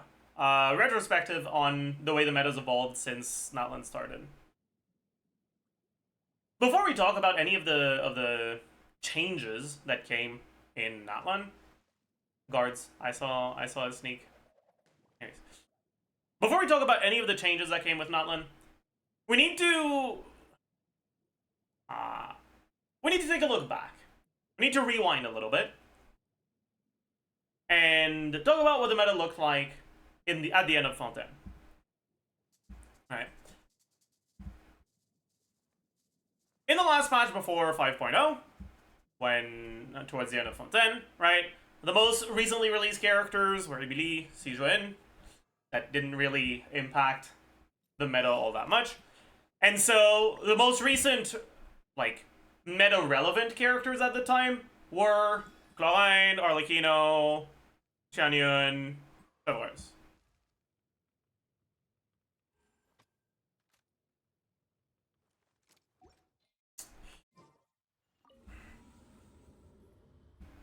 Back then, the best teams in the game, looking at sheets only, were hovering around 100k DPS. In practice, most of them didn't actually reach it, but there were a few that at KQM standard were getting really, really close, and if you gave them favorable assumptions, could actually get through the threshold, right? When you looked at the strongest teams power-wise at the time, it was mainly the Arlecchino Overload teams, with Arlecchino, Bennett, Chevreuse, Fischl. The Neuvillette teams, which at the time were mainly Neuvillette, Kazuha, Farina, +1, and at +1, the best one at the time was Zhongli, but you could also use something like Baiju or Charlotte if you wanted to.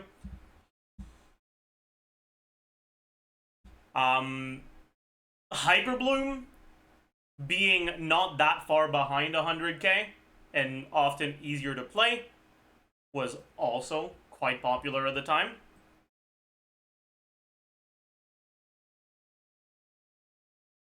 There were some Linny teams as well for people that were tryharding their Linny rotations. But at the time, a character being around 100k in their best team was really good. You looked at characters like Chlorine, whose best team at the times were generally somewhere between 80 and 90k. And Chlorine was considered fairly solid, right?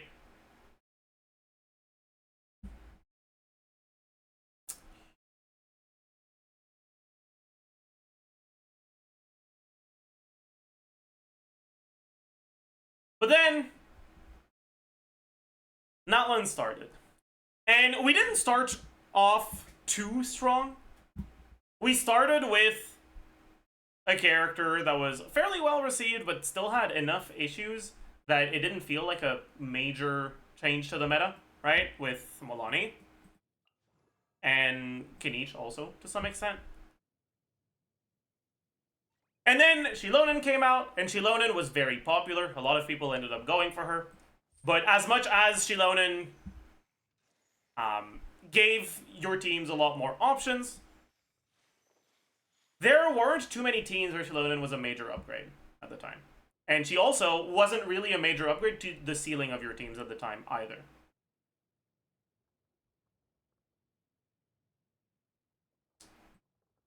As of Shilonen's release, I would say that perception initially, pre-Natlan, of 100k being a really good team, 80 to 90k being a solid team, and 70k-ish being, you know, at least, like, alright.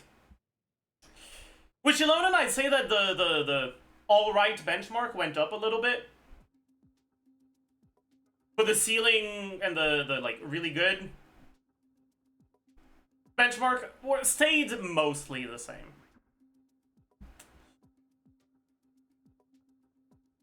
Then we got Chaska, who was, you know, fairly similar to previous carries. And then we got the big patch. Oh boy. Maoika came out. And Maoika was a major jump. Maoika's best team on release hovered around 130k. Which is just outright about 30% higher than the previous best teams.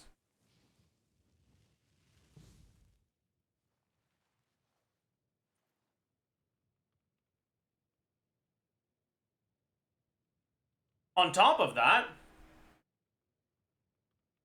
Maoika's burst was so powerful that it also raised the, like, overall level of the teams of a lot of other carries, because Maoika just fucking went and your team DPS went up. For example, Klein's teams became like 10-20% better. Not because Maoika was a better support for Klein, but because Maoika was doing as much damage as Klein did in the Klein carry teams.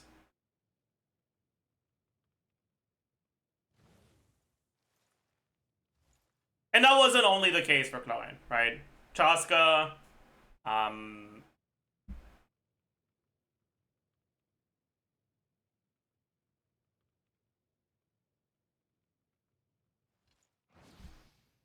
I guess at the time, we didn't have a lot of the Milani. Meh, not really. Kind of, but no.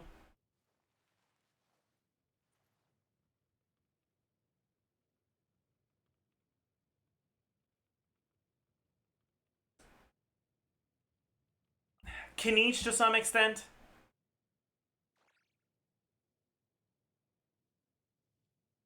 Navia to some extent.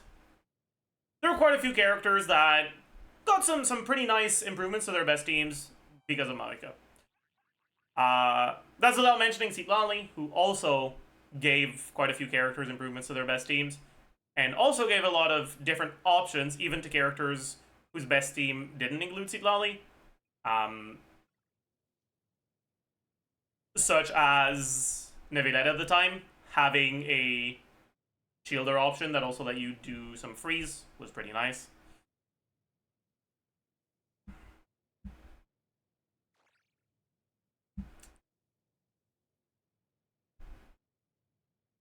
But the thing about Maoika's release is that Maoika didn't come alone.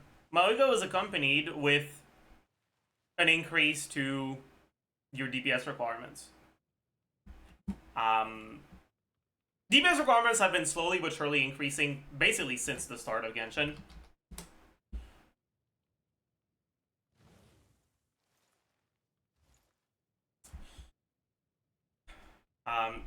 But if you look at the difference between 4.0 and 5.0, right? Hovered between 2.5 and 3.5, and then in 5.0 was around 5. I guess 4.0 was a lot lower, but like 4.3, right? Hovers around 4 mil DPS requirement. 5.0, it's a little bit under 5. And 5.3, closer to 6. And after that, we keep going up and up and up. And now we're at 5.6B. We're at around 8. With the leaks for the upcoming Abysses being closer to 9. This is millions of total HP in Abyss. But along with that, we also have started getting more enemies that have a decent amount of stalling, right? That Maoika patch release, right, had DPS requirements around 5 mil or higher, but also a YOB shield that isn't counted towards that HP. I say DPS requirement, I mean total HP. Damage requirement, whatever. A YOB wide shield that isn't counted towards that. The Swanee stall mechanics. The void shields. Massive void shields.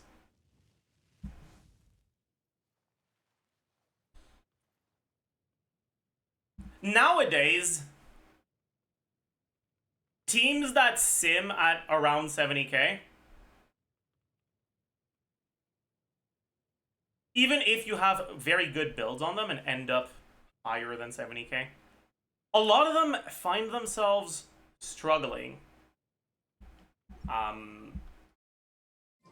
in the current abysses, let alone in the new Stygian Onslaught mode, right? The theoretical DPS requirement is lower than 70k still, but a team that sims at 70k does not get anywhere close to 70k DPS in practice when you include spawn animations, movement, enemy stall mechanics, potential gameplay issues, needing to make sure you finish with bursts up or starting without energy. When you take everything into account, generally, a team will only start being able to clear fairly comfortably when its DPS, sheet DPS is about twice the actual DPS requirement. So if the actual DPS requirement is 50k, generally, you'll need about 100k sheet DPS to be able to clear that comfortably without having to reset for a good run. And these DPS requirements keep going up and up, as I was saying. And that's just gotten even more intense with Maoika's release. Now, it's not a new thing that DPS requirements keep climbing, but think of it this way, right?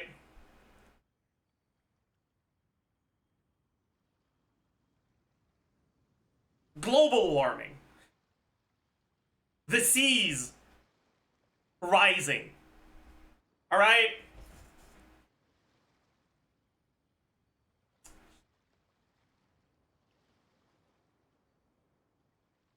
We've been living in a normal-ass city for a long time, okay?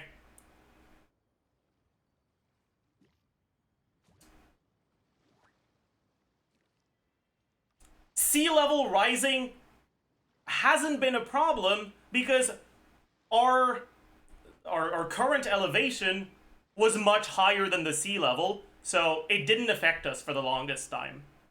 But it's now getting closer and closer to our actual level of elevation. That's basically what's going on here. DPS requirements rising and rising wasn't that big of a problem if you knew what you were doing previously, because it wasn't rising so fast that it was catching up to what people looked at for like KQM standard, default investment, decent teams. But they're inching closer and closer to those the DPS that those teams are able to output.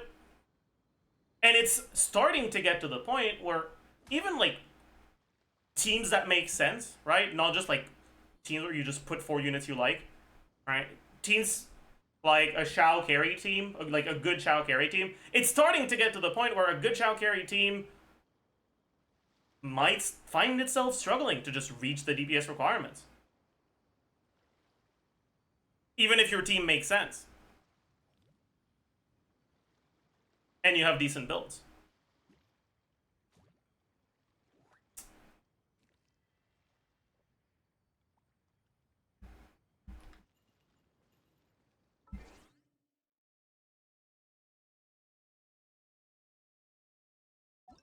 If they stop increasing DPS requirements entirely, starting now, I think those 70k DPS teams are still just barely, like, fine.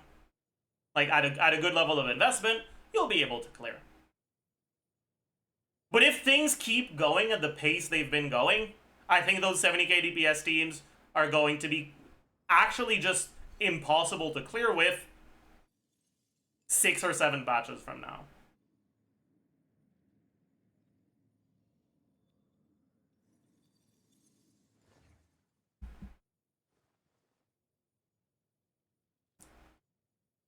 I think we're already getting to the point where Instant and Onslaught, the bad carries, or like the carries that don't have, the carries that hover around that 70k mark, right? I think they're already at the point where they kind of just can't clear any of the bosses in Onslaught. Carries like Shao are still just barely hanging on for the current Onslaught, because the Lava Dragon statue does a lot of self-damage, so you can still clear that specific boss. But once we start getting into bosses that don't do a lot of self-damage, things are going to start getting a little too rough.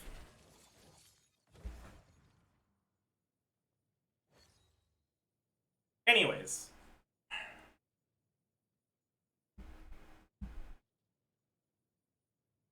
After Maoika came out, I think that characters started becoming a lot more specific. In the sense that the characters released after Maoika either had a very specific purpose or were just not intended to be good, right? Lanyan is a character who's intended to be a VV option that is also defensive utility, and Lanyan is amazing at what she does. Yuma Glorp clearly was not intended to be good. They made her a standard character, and they intentionally kept her pretty fucking weak because of that. Eon-san, very strong attack buffer. Verissa, a carry that is actually above those old 100k DPS ceiling. Aoife, clearly not a unit that was intended to be very good. Escoffier, need I say anything? Dahlia, I think, was pretty clearly intended to be a last lot option in Skirk teams if you didn't have characters like Shenhe.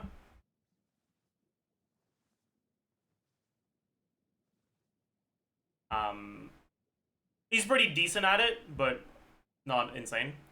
And Skirk, also pretty noticeably above those old 100k DPS ceilings that we had.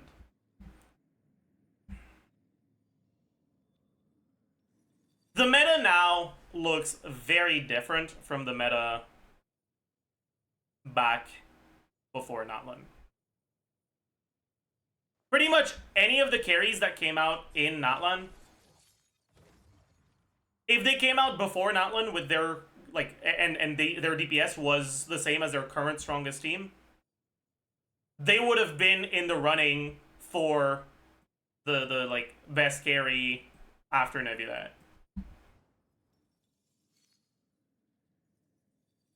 But nowadays, outside of Maoika and Skirk, pretty much all these Natlan carries are just okay. They're going to be good in content that is designed for them, like Kenichi against the Lava Dragon. But that's kind of it. Vrisa's like in the middle somewhere, but yeah.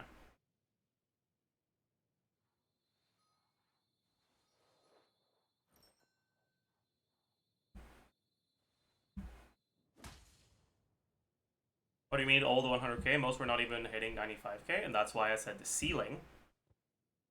If the teams were above 100k, there would be a hole in the ceiling. Ceilings are something that exists above you, not through your head.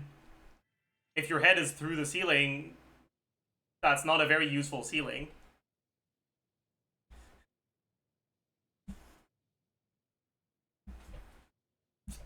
Anyways, the release of Stygian Onslaught also introduced content that both has a much higher DPS requirement than Abyss does, and does not give a fuck about AoE or grouping very much.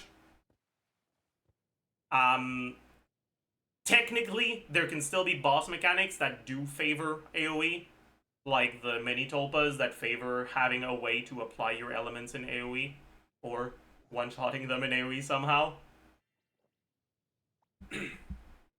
But it's mainly single target content that has a pretty high DPS requirement, and that is long enough that you're guaranteed to need multiple rotations, which makes characters with better quality of life and better AoE, but worse damage, generally just worse than the characters that have slightly better damage even with much worse quality of life.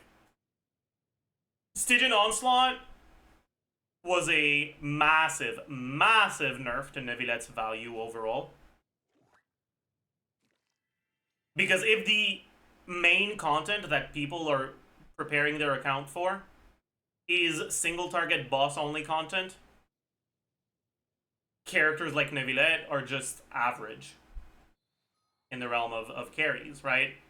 Nevilette, even with the current like strongest Nevilette teams that, you know, Nevilette did get improvements to his teams with Natlan. His strongest teams are still below 110k. They hover between 100 and 110k at KQM standard investment. And nowadays, that's just, like, that's good, but it's not impressive. It's like, it's where all the good carries stand, basically, right? It's pretty close to where Verissa stands, pretty close to where Arlecchino stands.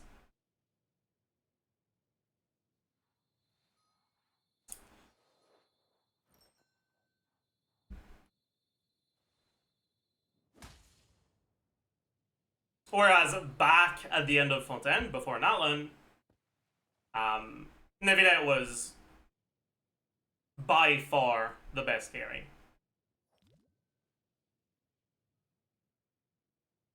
In Stygian Onslaught, I'd say that Nevilette is actually pretty close to Arlecchino in power. The current Stygian Onslaught favors Pyro carries much more than Hydro carries, so Nevilette is much worse than the current Stygian Onslaught, but do remember, that's because the current one is very, very Pyro favored.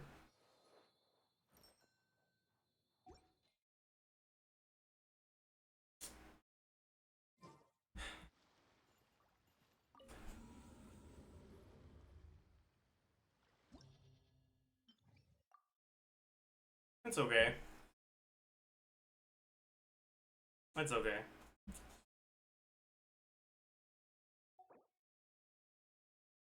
Anyways, nowadays, I think that if what you're trying to do is get a powerful meta account, you don't really care about Abyss. Not because Abyss doesn't matter, but because if you prepare for Stygian Onslaught, since Abyss is easier, you'll be able to do Abyss, like, accidentally, almost. Right? It'll just happen by itself.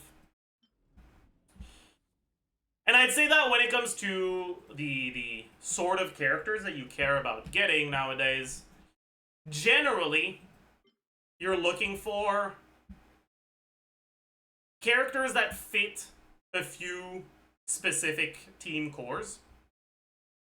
You want characters that can function orthogonally. You want characters who don't share supports, ideally, or who have options to not share supports.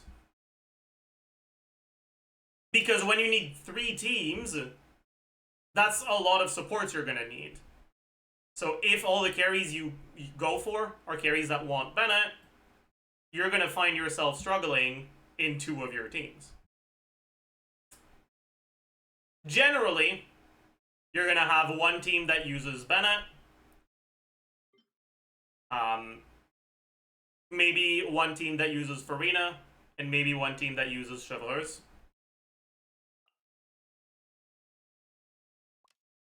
In this specific case, for me, it would be something like this, right?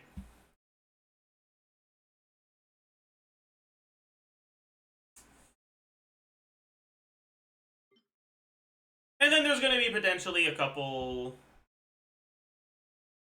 or a few changes based on the current matchup.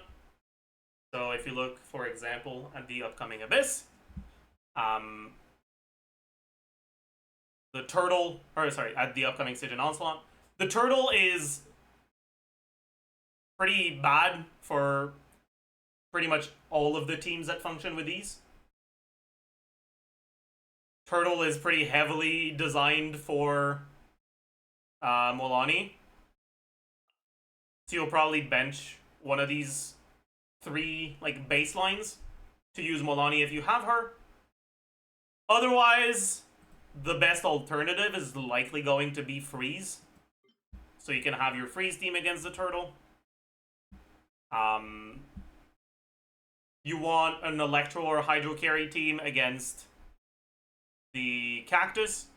Ideally Electro Charge, but if you don't end up getting a Nefa and your Farina's busy, it kind of reduces your options a lot. So you might end up for a Chevaliers team instead. But even if you don't go for a Chevaliers team, if your Farina's busy, you probably do something that looks like a Chevaliers team, but just slots in a Hydro unit instead. Right? Because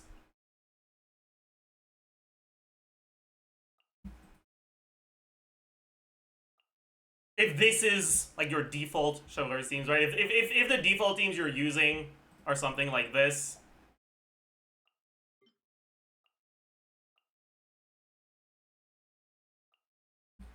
or whatever, right? Actually, let's have Dahlia here. Why not?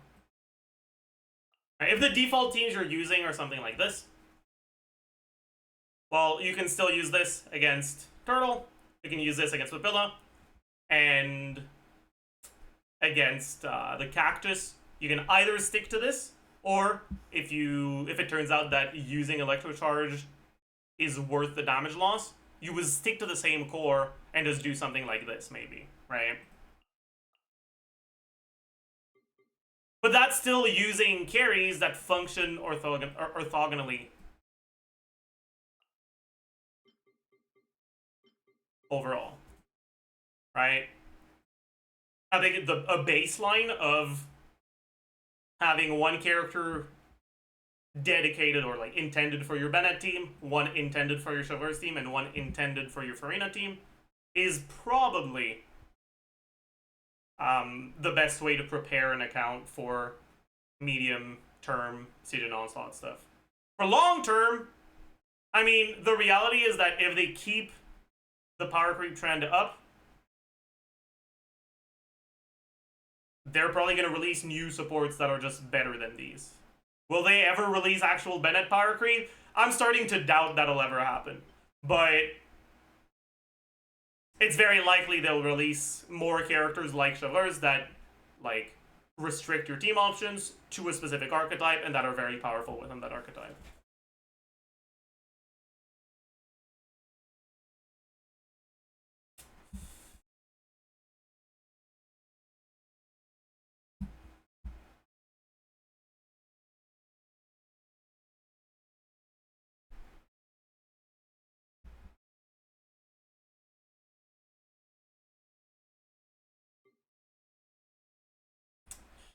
I think pre-Natlan, your, like, the default things you would want to build around were incredibly different. Because the strongest teams were not that much stronger than Hyperloom, and Hyperloom was easier to play.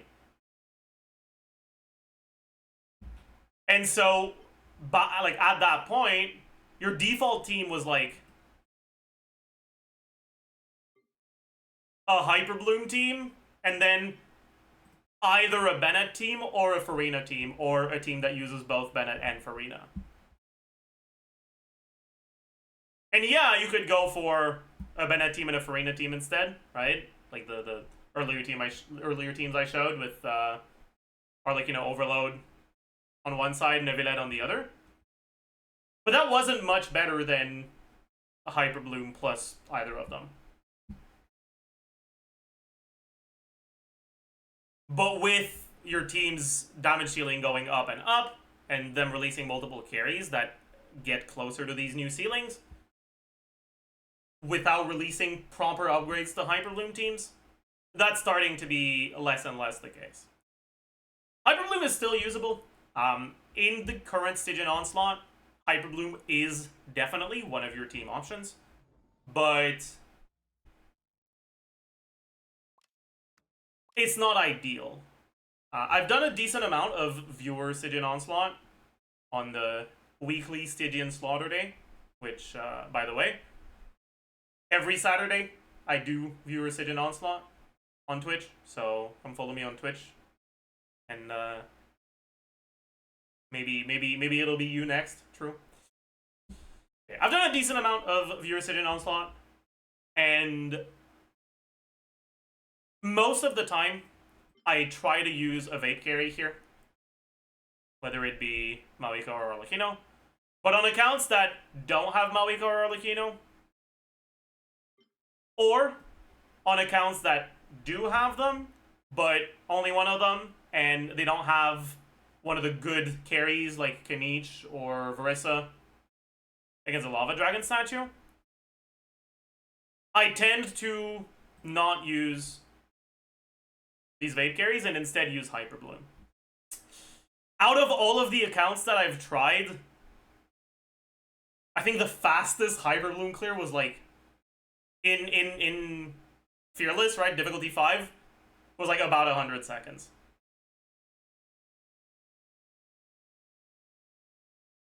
And the slowest was like around 115. I don't think there's any of the accounts where I had a level 90 Hyperbloom unit available that I didn't succeed on clearing with Hyperbloom.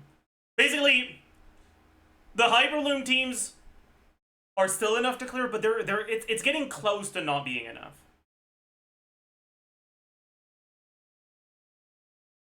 We don't know yet if they intend on increasing Stygian Onslaught HP requirements the same way they increase Abyss HP requirements.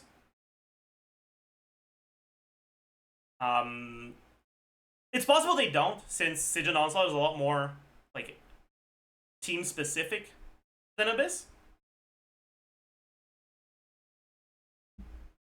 They can sell the new carry without making it so that the only team that has a DPS to clear it is the new carries team, as long as the only team that has the mechanics to clear it is the new carries team. Alright, so maybe HP requirements will not increase significantly in Stygian Onslaught. I think that's a lot more possible than Abyss HP plateauing. But who knows?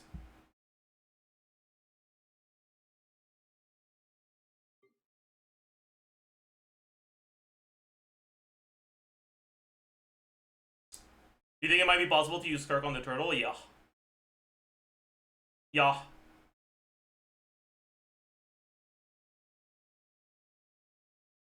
Skirk is probably gonna be like your second go-to on the turtle after Molani.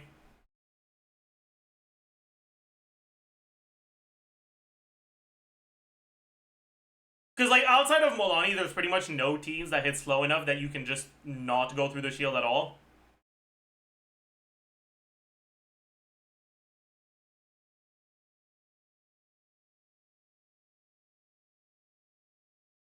And if you're going to have to go through the shield anyways, you'd rather go for teams that can freeze the turtle and delay the shield as much as possible.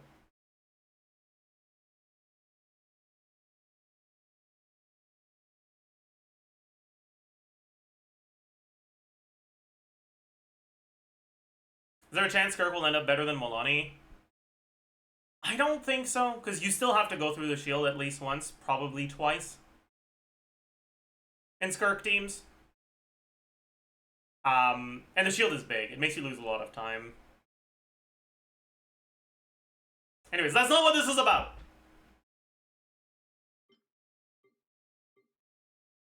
I guess C2, you'll probably be fine then.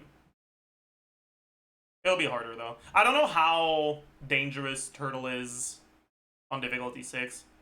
I've seen footage of Turtle difficulty 5, and it fucking tickles. Like, it doesn't do any fucking damage on the recoil.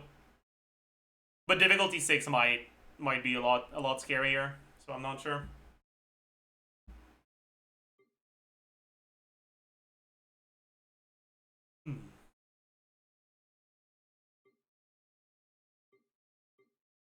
In other words, put Singso on the team, little bro.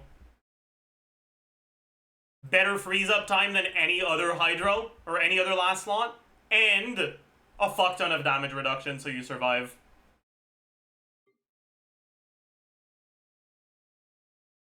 Singso, my goat. The Singso redemption arc. Anyways. One of the biggest effects of the carry power creep we've seen in Natlan is the loss of value of what most people call sub-DPS units. Right? Units where their main purpose of the team is dealing damage, but they're not a dedicated carry. They don't require field time. The reason why they're getting worse and worse, or rather, the reason why the old ones are seeing less and less play is because when your carry does double the damage of an old carry, it means that if they're doing 100% of the team DPS gets doubled. But if they're doing a third of the team DPS only increases by a third. In other words, the stronger the carry, the less you care about your off-fielders having personal damage. And the more you'd be willing to sacrifice your off-fielders' personal damage for a buff on your carry. Nowadays, characters like Candace actually provide a buff powerful enough to be fairly competitive with characters like Singso and Skirk teams. Even if it's only about 40% damage, because Skirk does so much more damage than the old carries do, that's kind of enough to make Candace competitive. Same thing for Molani versus Yelan, right? Molani as a support is a hilariously inefficient thing, right? All you get is Cinder City and TTDS. There's literally no part of Molani's kit itself that does anything. And yet, Molani's support is still arguably the best last slot in Skirk teams, right? Like, it's comparable to Shenhe.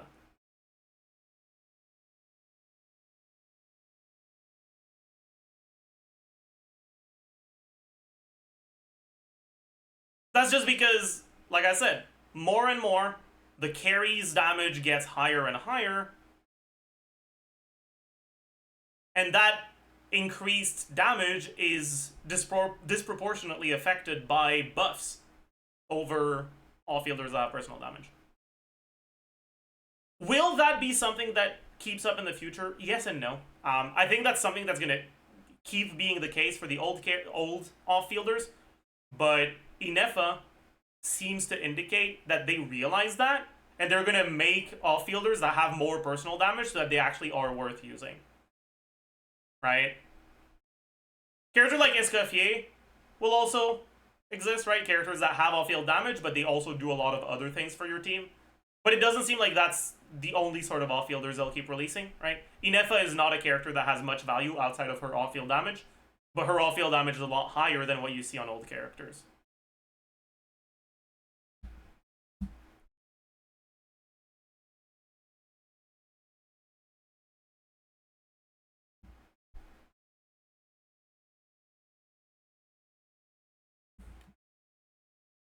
I actually kind of want to check something.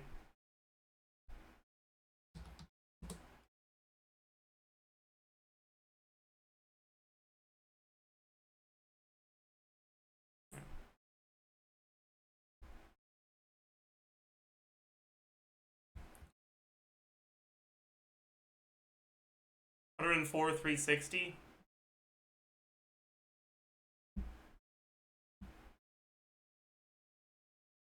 $102. Almost 103.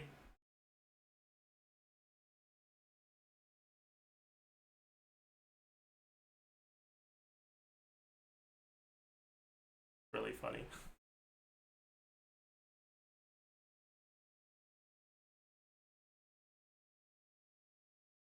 Yeah, and then teams that don't have Benettion's just already better. That's also really funny.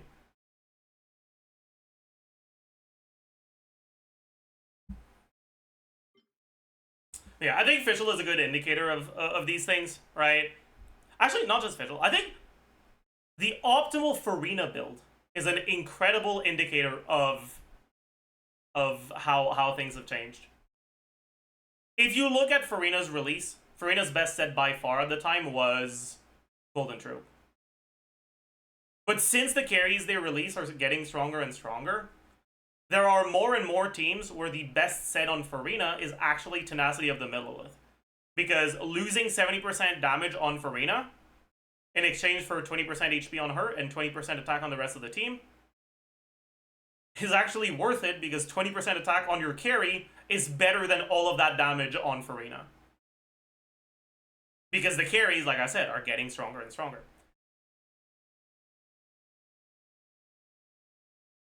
Nowadays, the only time when I want to put my Farina on Golden Troop is pretty much when I play Navidad carry teams, and that's it.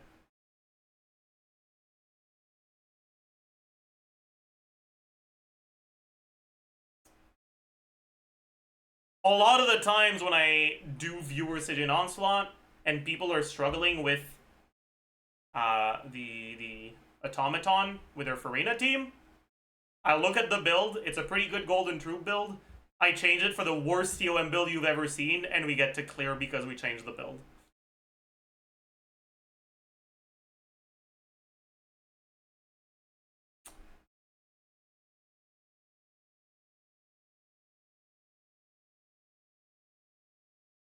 Anyways, I don't know what Nodcry has in store for us when it comes to the meta. I'm torn between being excited and apprehensive. On one hand, it's fun when you get new characters that are worth using. I like theory crafting new things. And I'm not a huge fan of theory crafting a fucking 30k DPS team that's just completely awful.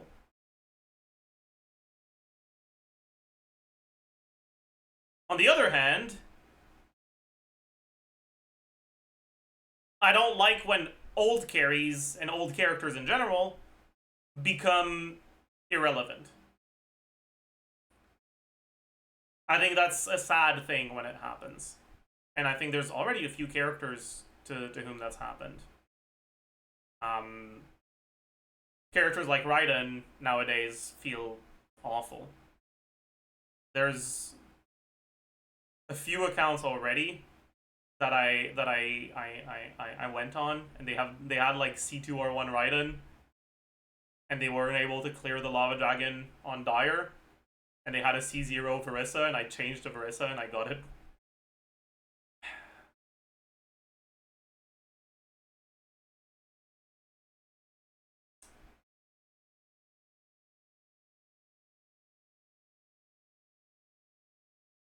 It's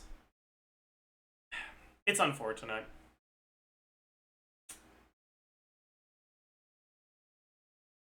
For people who like those old characters. In any case, Natlan meta really did change fucking everything. If you look at the strongest teams in the current meta, pretty much none of them are made of characters that are made up of only characters that came out before Natlan.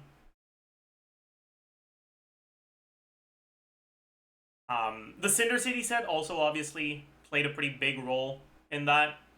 Who knows? Maybe future set releases retroactively make the non-Natlan supports better. Right, we know that we're getting new mechanics in non-cry with a lunar reaction, and while we've had like sus leaks about it, nothing too set in stone, but it's pretty obvious that the artifact set that gets released in non-cry is going to have something to do with those lunar reactions. Now, if the Traveler gets some sort of way to enable lunar reactions, that could buff a lot of the different elemental Travelers with that new set. But even without that, if the new reactions become good, it's going to change the value of old carries, or of old characters as well. Kind of in a similar way to how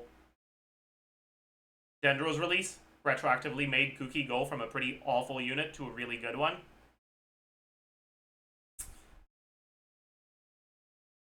That's probably the part I'm most excited about, seeing how new characters can retroactively buff old ones. I hope we'll see some interesting stuff there. But yeah, that pretty much does it for this one. I hope you enjoyed, hope you learned a thing or two. I hope you're all as excited for non-cry as I am. Do remember, as much as it can feel rewarding to successfully clear Siege and Onslaught, the reward for it is not Primogems. Personally, I care about a Dust of Enlightenment more than I care about 50 Primos. But the only thing that a Dust of Enlightenment does is it makes your build a little bit better. And if you're not focusing your account on clearing the most difficult endgame, your build being a little bit better won't change anything.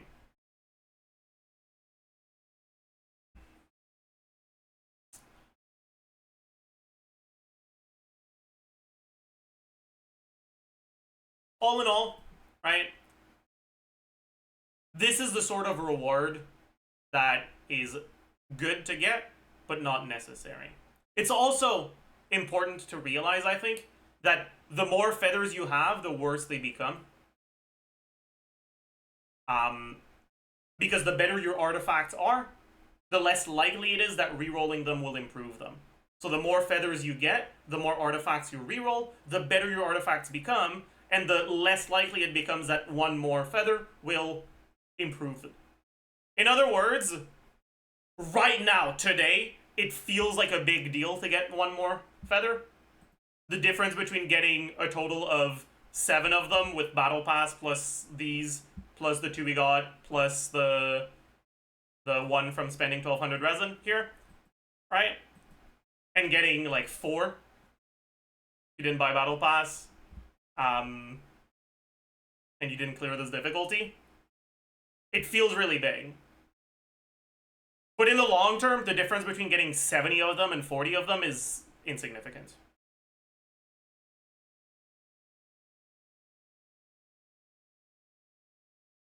Or at the very least, it's a lot less significant.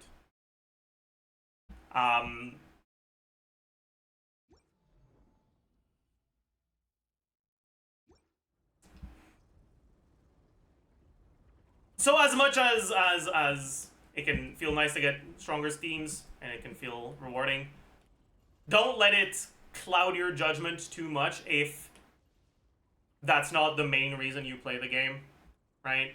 A lot of people... I don't think there's a single person that plays the game exclusively for meta. And I don't think there's a single person that plays the game exclusively for reasons other than meta. Even the people that don't give a fuck about meta experience joy when they successfully clear something.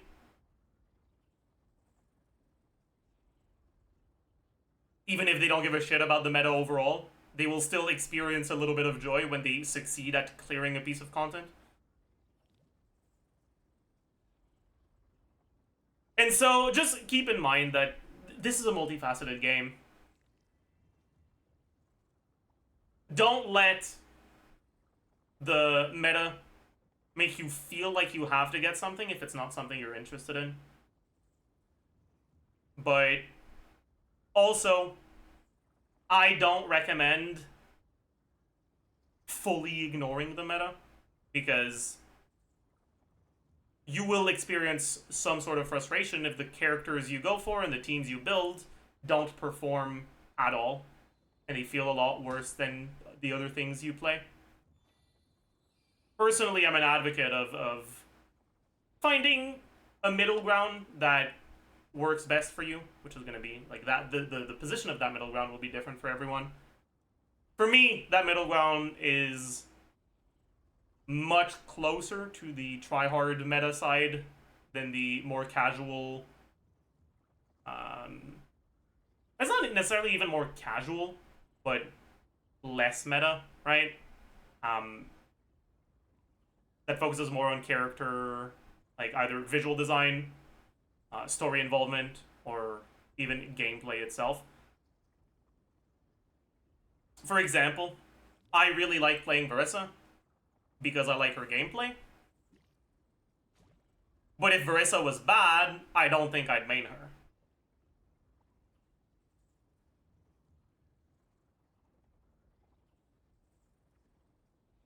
I like playing Gumming when things go right, but because things go wrong and because he feels awful in Overworld because everyone's burst reliant on his team, I barely play him. I actually do like playing Xiao, but he's not that good, so I don't play him too much.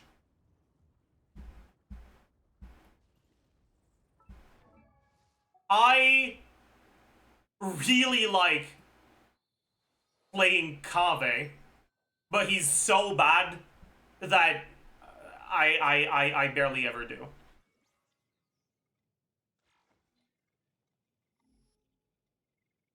Kaveh's charge attack animation is probably my favorite animation in the game. But he's so god awful that I just can't bring myself to play him. But also, Malika is certainly better than Verissa. But if I'm given the choice between the two, I will always choose Verissa. Right?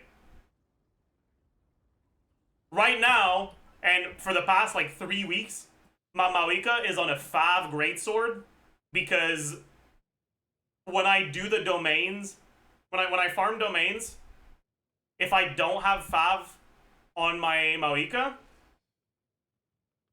my Chevaleuse doesn't have enough energy to get her burst back in the amount of time it takes me to kill an enemy, which makes the artifact farming experience a little bit more cringe.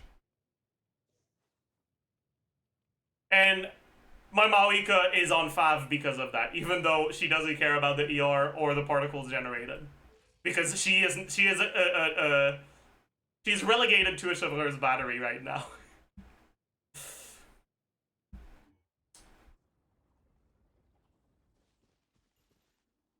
So like I said, right, I do lean a lot more towards the meta side, but that doesn't mean that I disregard other factors entirely.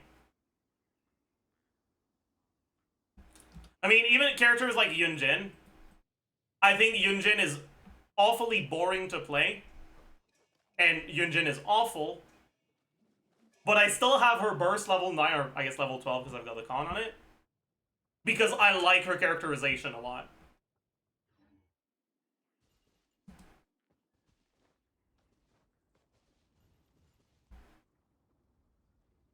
Anyways, find your middle ground, find where you're most comfortable, how much meta power you're willing to sacrifice for characters you like for reasons other than meta,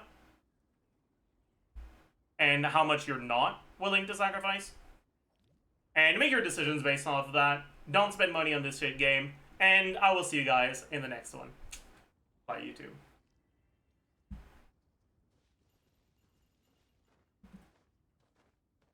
Let editors know, yeah. Recorded. Not one. Retrospective.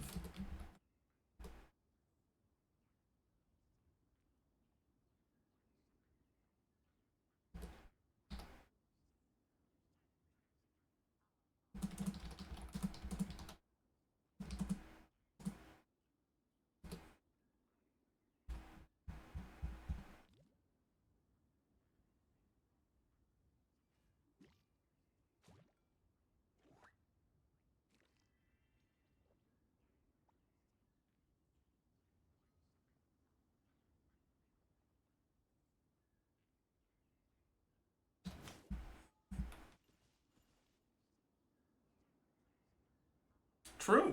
Thank you, JP.png. Would you play Genshin if you weren't making money from it? I think I would, but I don't think I'd play it every day.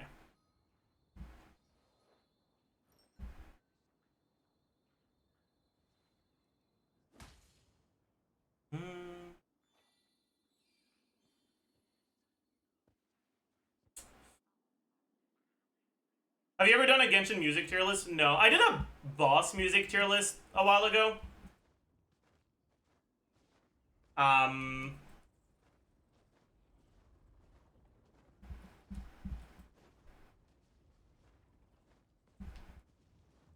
But I didn't do an overall... Oh, I did a region music tier list as well. But I didn't do an individual track music tier list.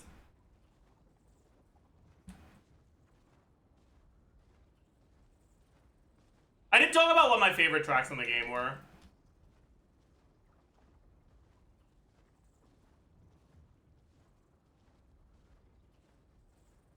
And for those of you that weren't there, a Palmwood's on top. Although, I will say, I think that the whole Children of Echoes soundtrack is up there as well. I don't love it quite as much as I love a Palmwood soundtrack, but almost.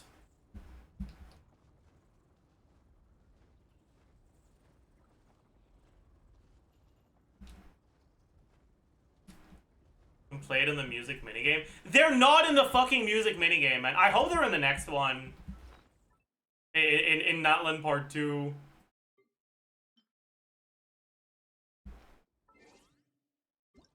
They probably won't be, though.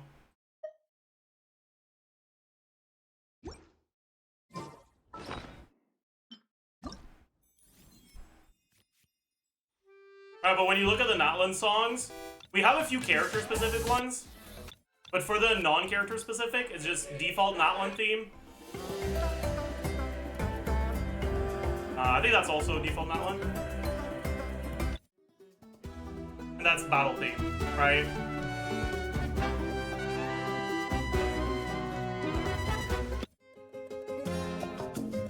That's main city.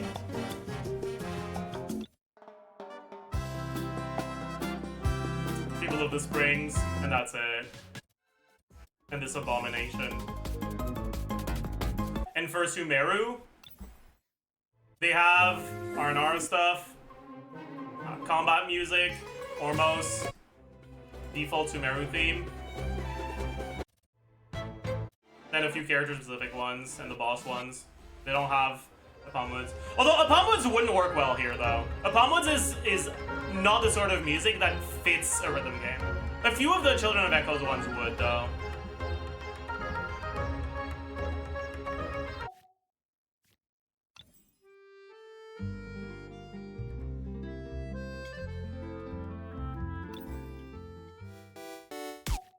I'm into Fontaine and Yozuma's songs. I think that Fontaine was the worst region music-wise.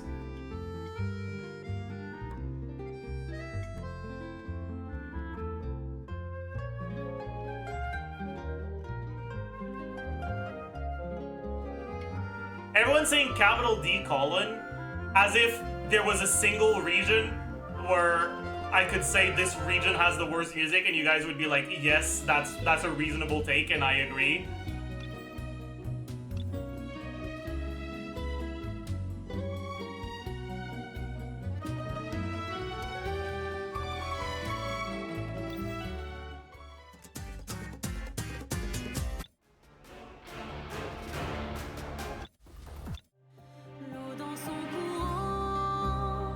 Can we do this again?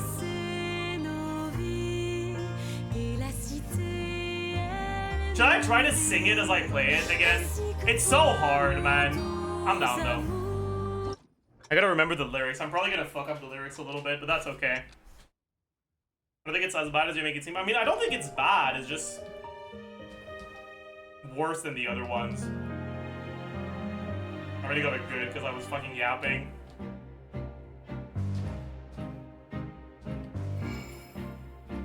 What is going on? What the fuck is going on?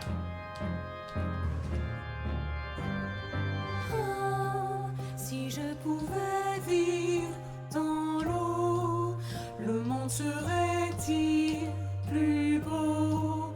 Nous pardonneras-tu, ô chère mère? L'eau dans son courant fait danser nos vies, et la cité elle nourrit, ainsi que toi mon doux amour.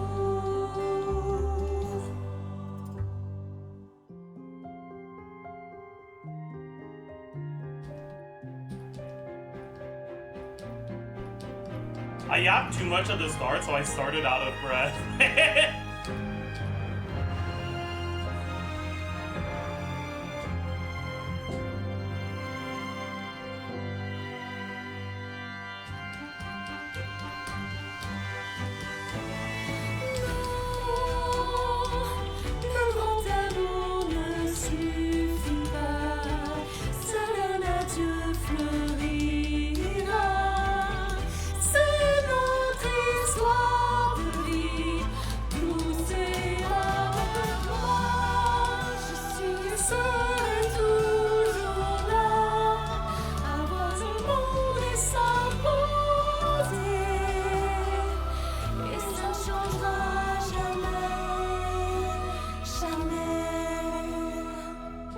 It's so hard to sing as you play. I've never been able— Bro, why are they doing this again?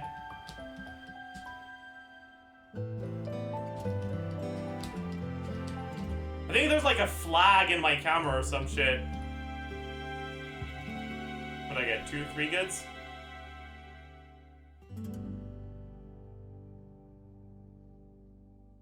Oh, is it the portal? It's the portal, you're right.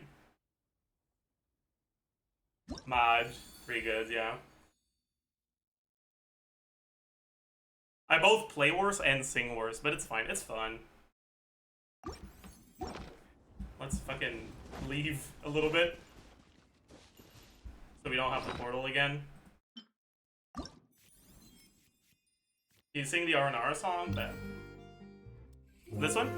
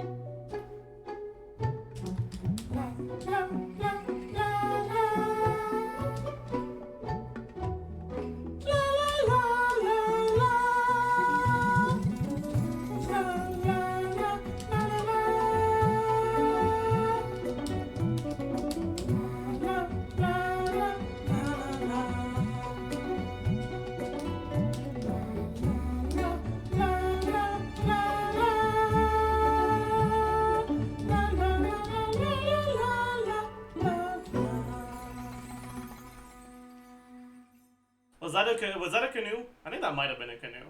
But I might have missed a good... Yeah, okay. It was a canoe. Is that my... That's my first time canoeing this? Really? It's such an easy one. Oh well.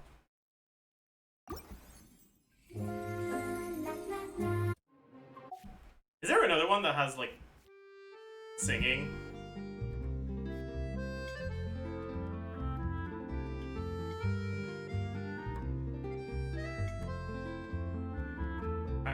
I mean, there's a Yunjin one, but that I'm not singing that. Nada trailer? Yeah, but I don't want to do that again.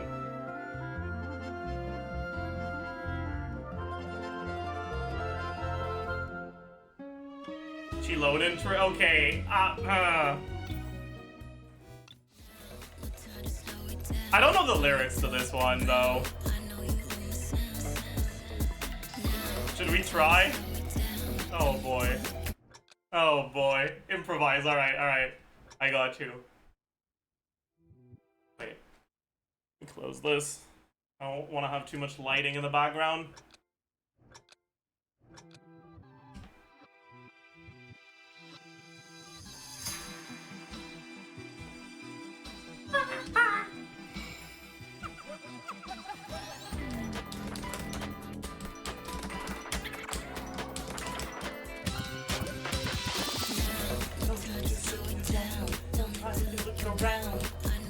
I don't know what the fuck she's yapping, man. I can't do this.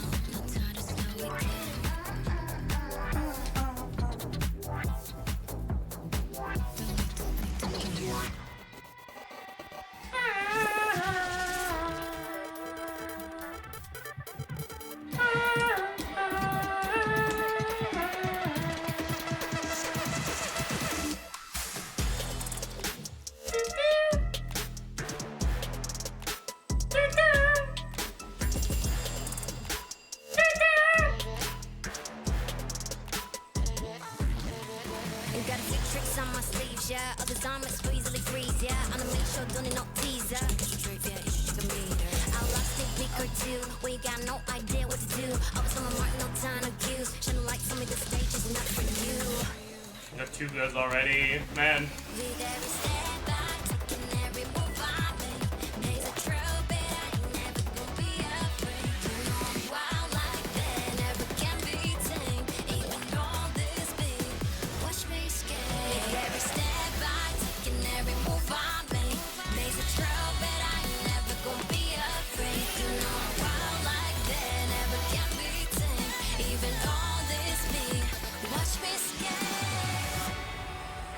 I think that's my first time full comboing it. We did get a few goods, I think 3 or 4, but that's the first time I full combo. Yeah, 3. Have you ever played Osu? No. I downloaded Osu, I opened the game, it was so loud I think I had permanent like inner ear damage, and I closed it and I uninstalled.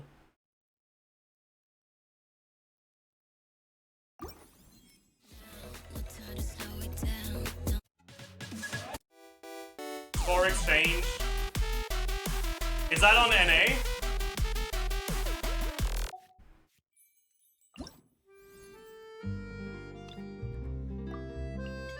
It's not. Is it on EU? I can go do it on EU.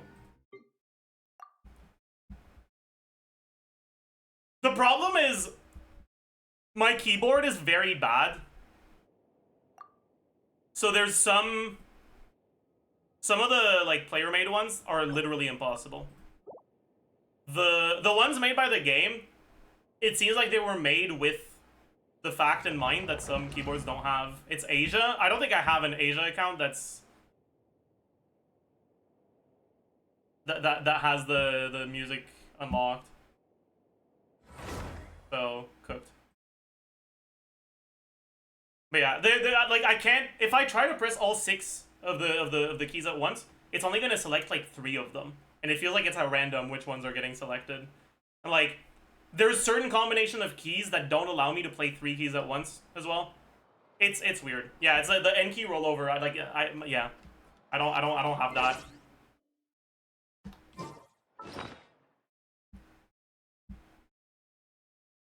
So some of the player made ones require N key rollover to be usable.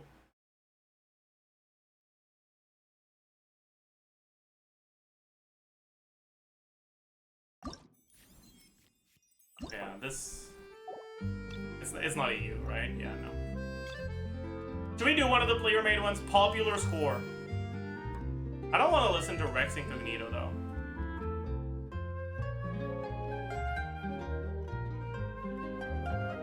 I'm down for Rage Beneath the Mountain. I don't know if I set up my notes, though. Okay, it seems like I have.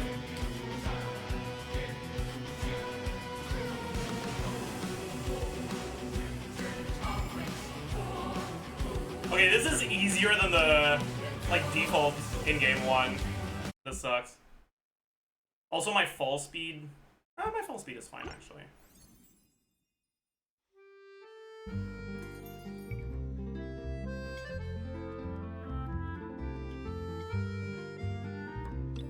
Oh boy. A 9-star whale.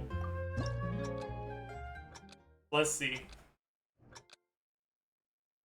The problem is, yeah, like...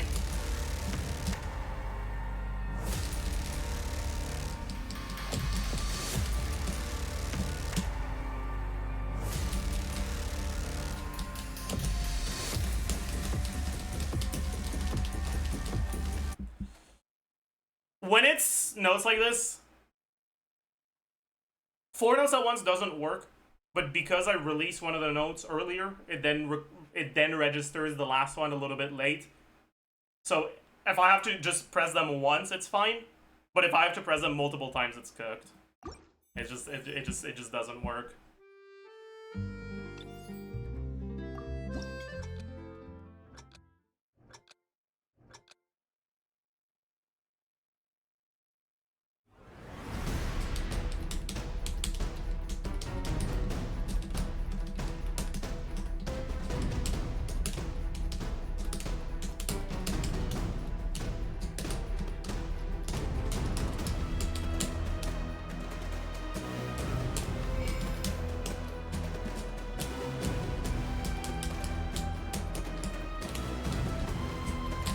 Like, yeah, like, it's just not registering my notes. I can't do these ones. It's tragic.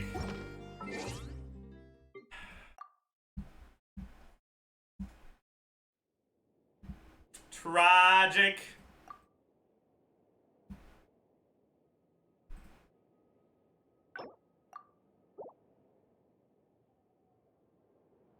Yeah, I had some fun ones saved on main. Calibrated so it hits early, that won't help.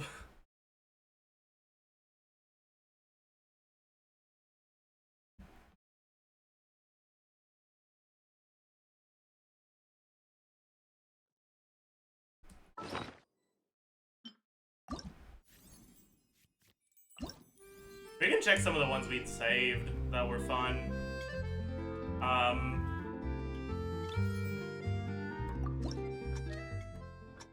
This one.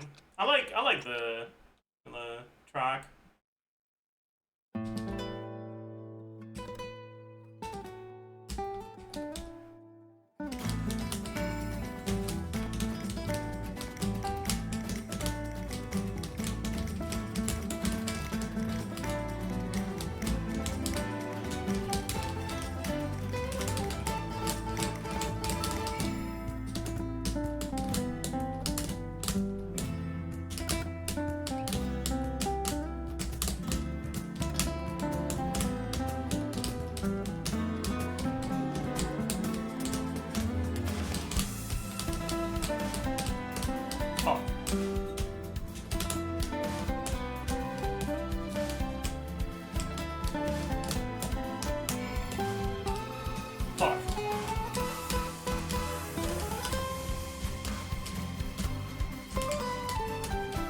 This really is a fucking insane map. Yeah, okay. I forgot that I can't do that one. Fuck!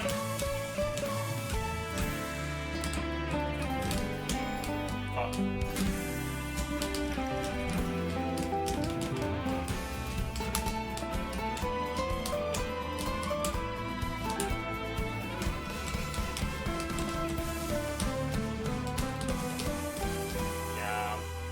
Unlucky. I remember I saved this one because it was such a fucking amazing map, even if there were a few notes I couldn't do.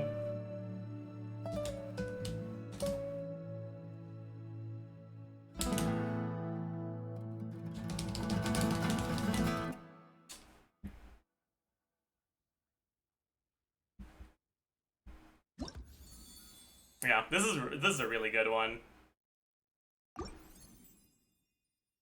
Here's the code for the few people in NA that want this one.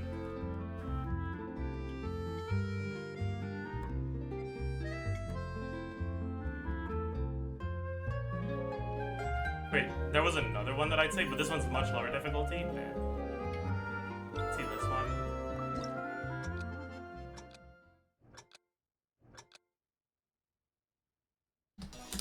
Oh. Ah, I'm bad.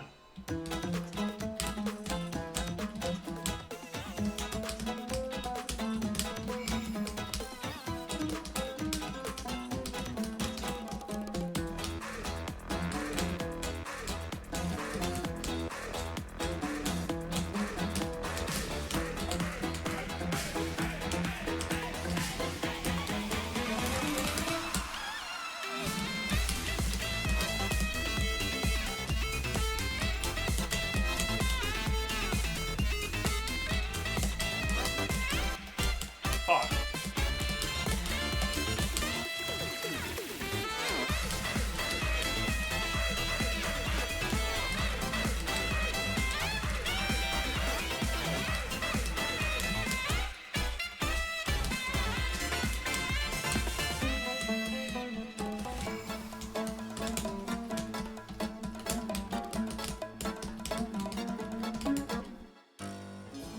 Yeah. My goodness. Pretty rough one too, but just barely 90%. If you guys want the link to this one.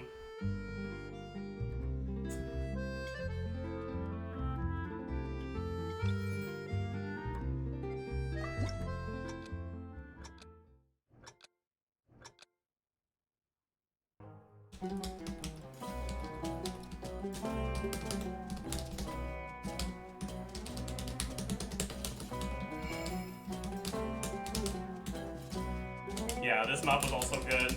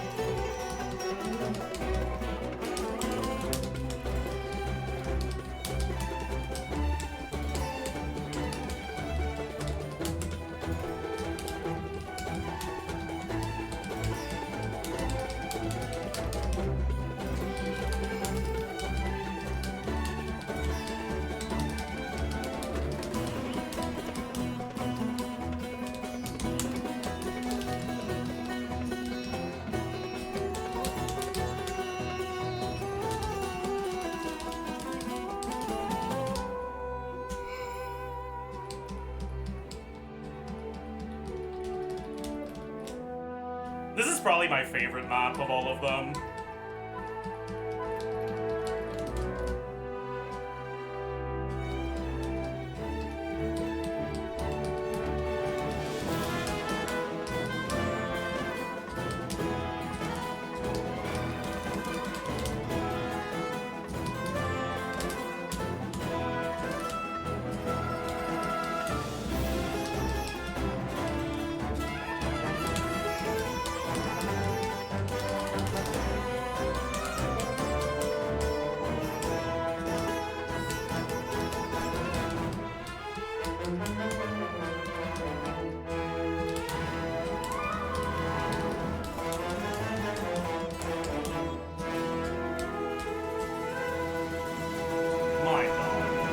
This is an insane map. Holy fuck. It's like, yeah, it's definitely my favorite of them. 100%.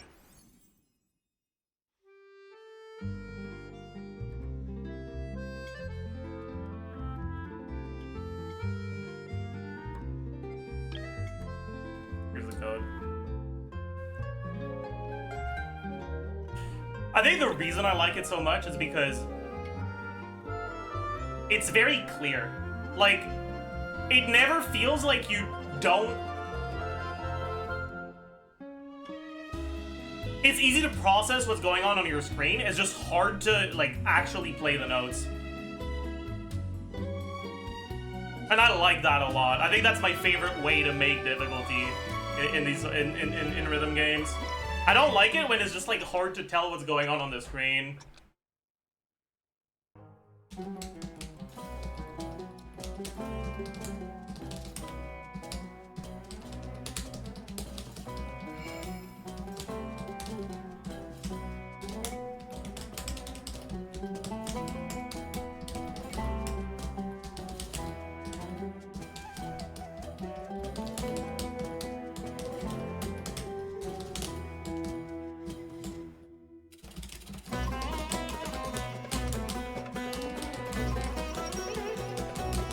How the fuck did I maintain that combo?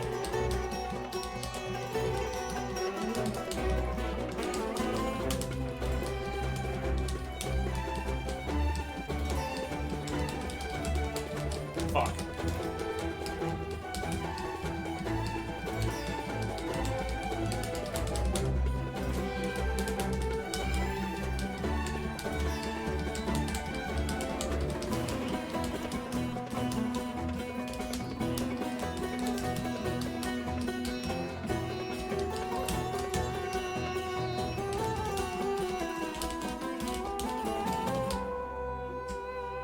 I think I got more goods than the last one, but less misses.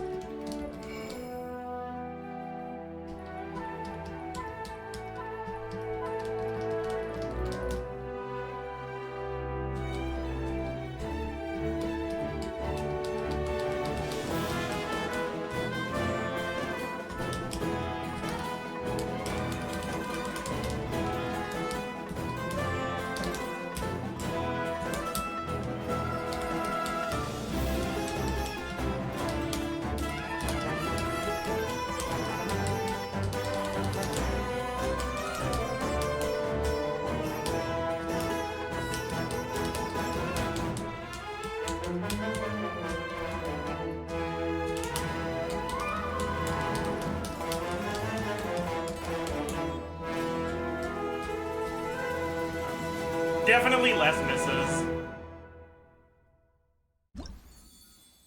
Was it? I don't know. It felt like less misses. Maybe it was the same amount. You gonna try one I've been struggling with? I can take a look. If you have the ID.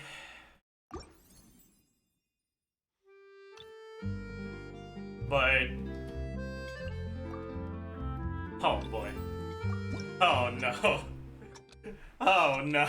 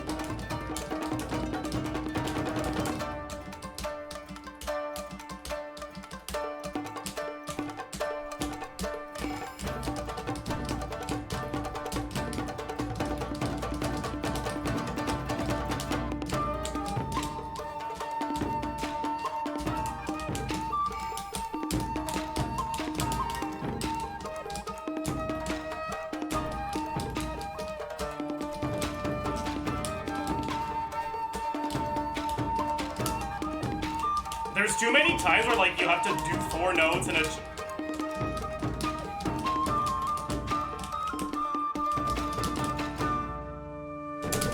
Like, that, I played it fine, right? Like, that thing at the end, I did exactly the right input, but it registered, like, out of the 18 notes we had to do, like, 3.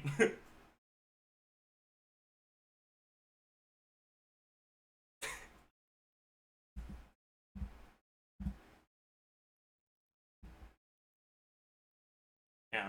The start of it didn't have any NK rollover issues, but the end was really bad.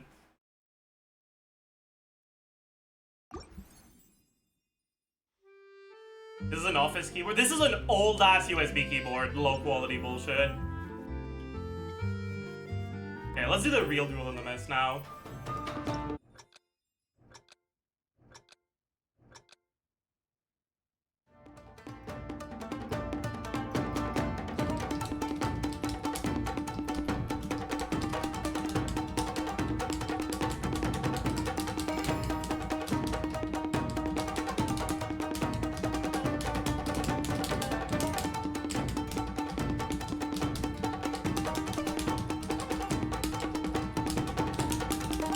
That was awful, my god.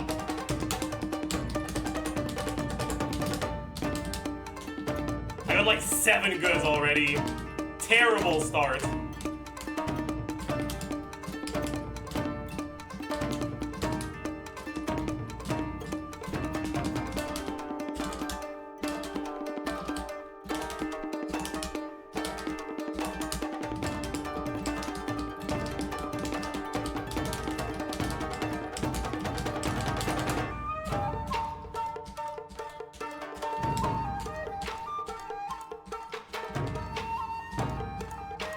Honestly, I feel like this is gonna be a full combo with like 80 goods. That's the vibe I'm getting from this attempt. Never mind. Yeah, fucking terrible.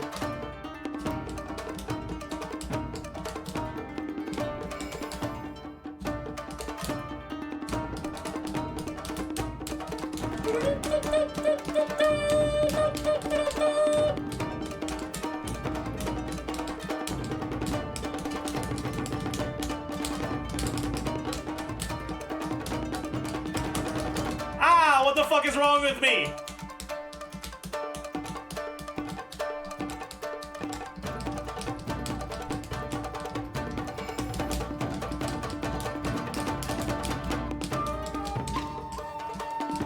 And I didn't get a miss on the hard section, man. Fucking hell. This was a shameful performance.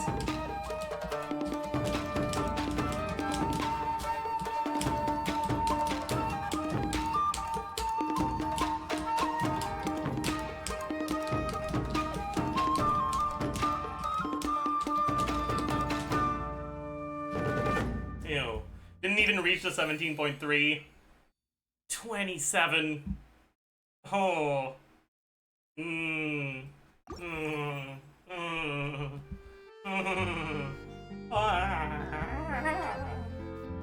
That was bad. Can you do all high flame? Sure.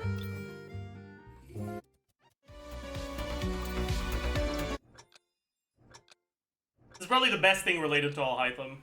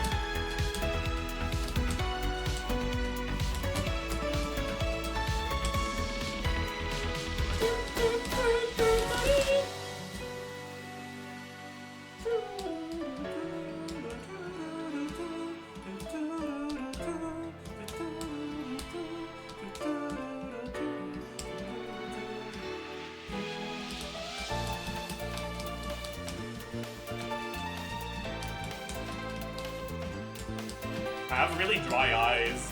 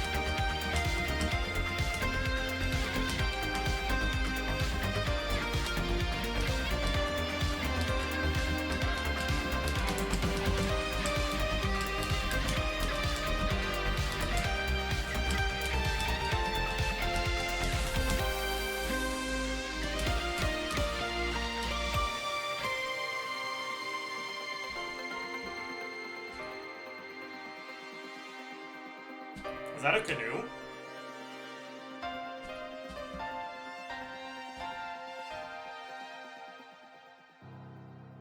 That might have been a canoe. I didn't notice it good. Canoe! Hell yeah.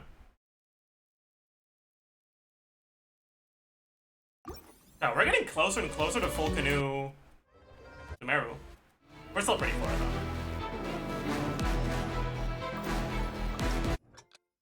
Sumeru doesn't have any, like, particularly harsh ones, though. So it's probably one of the most realistic to full canoe. It's not like Fontaine or Inazuma that have, those, like, fucking insane sections in Duel in the Mist and the other one.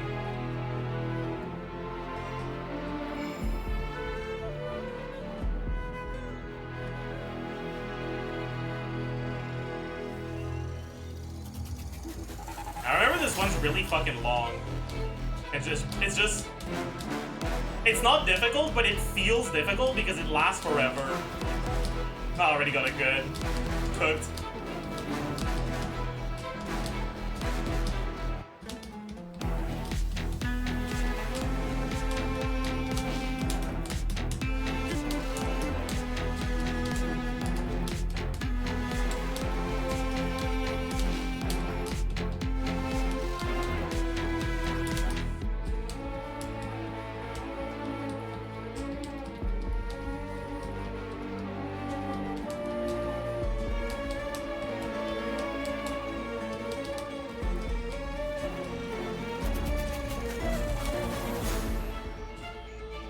It's impossible to stay focused for this long on a song that's this easy. Fuck. Right, like, these are the kind of mistakes I make.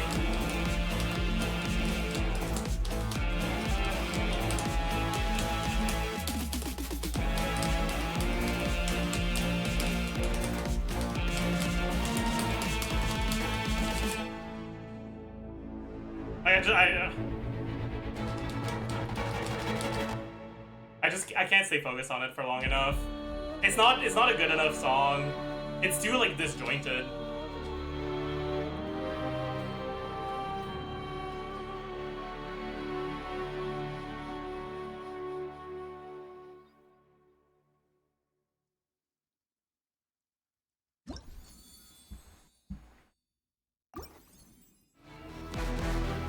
Don't hit the keys too hard, you're wasting stamina. I'm not hitting them that hard. But also, it's not like I'm running out of stamina.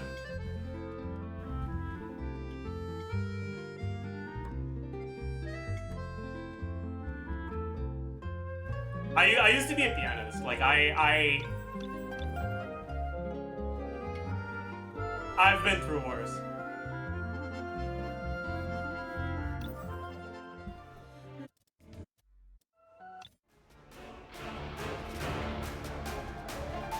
This one's fun.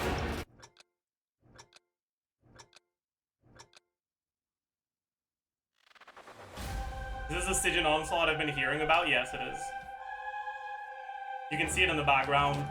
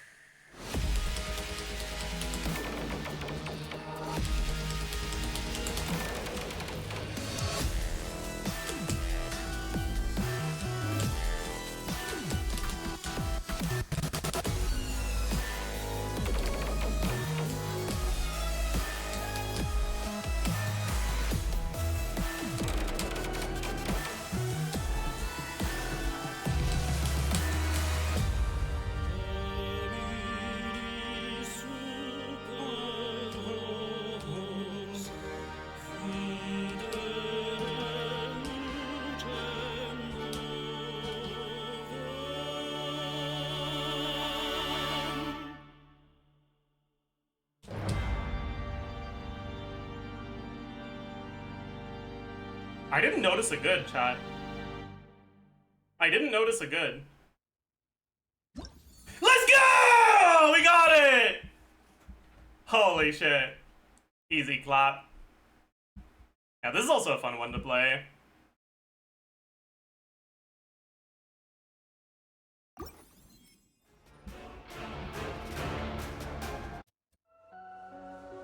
This one I don't like as much, if I remember correctly. I think it's easier, but because I don't like it as much, I haven't played it as often.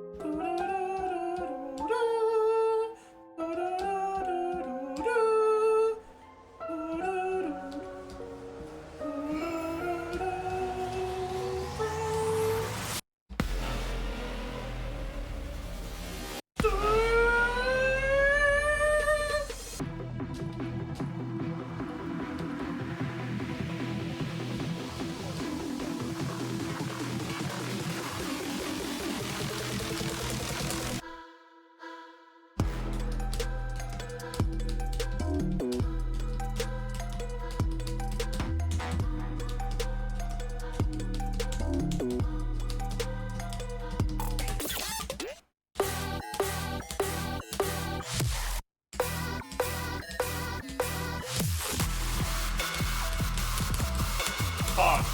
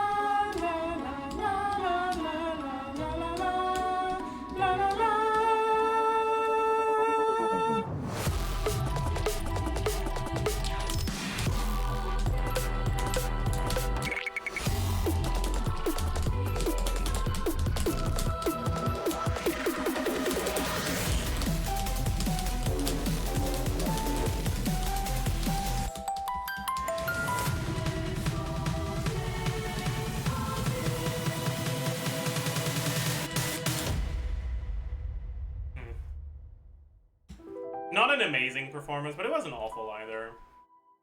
It's not a particularly easy one. Not that difficult, but it's not that easy either. It's one of the long ones that is actually difficult enough that it doesn't get boring.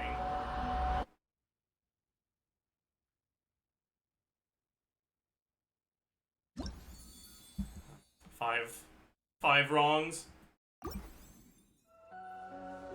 How many do we have left in Fontaine? We don't have that many. But we still have the fucking hardest one. Which I think is, if I remember correctly, it's this one.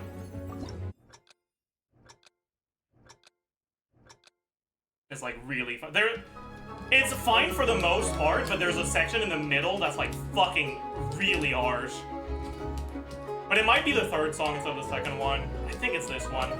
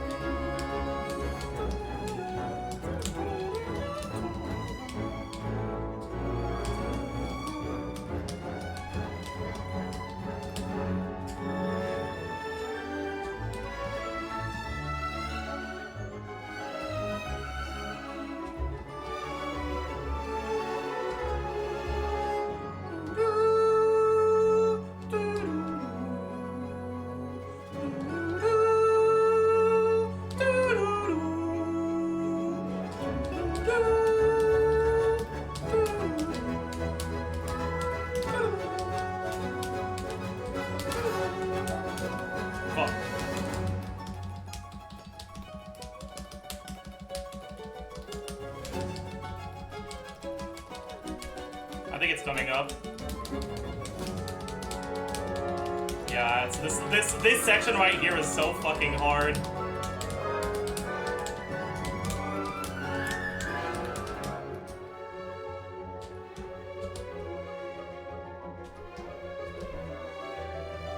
think there's a pattern to it though.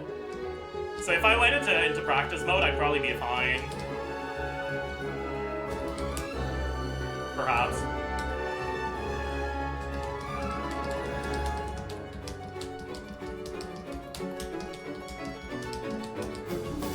Gosh, don't want to talk about it.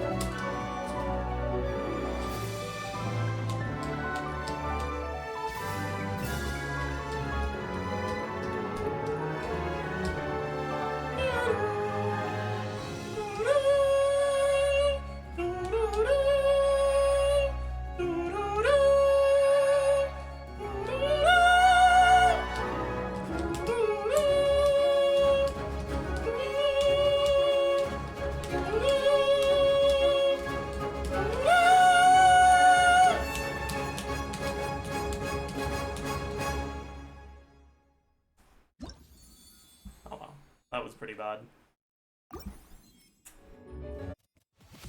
Time for entire Ridley demo.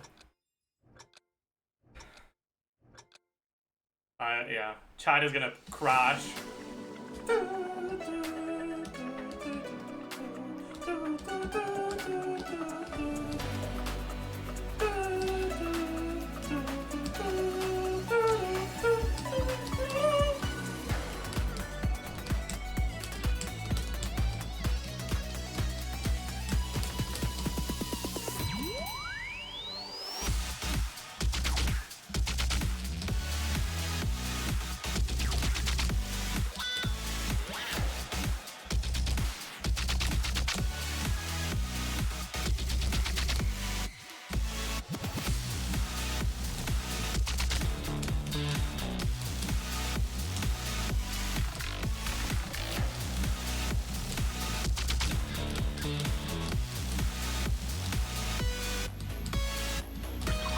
If I remember correctly, this one doesn't have any hard parts, but I always just get distracted because I keep yapping because it's not hard. But I don't learn from my mistakes.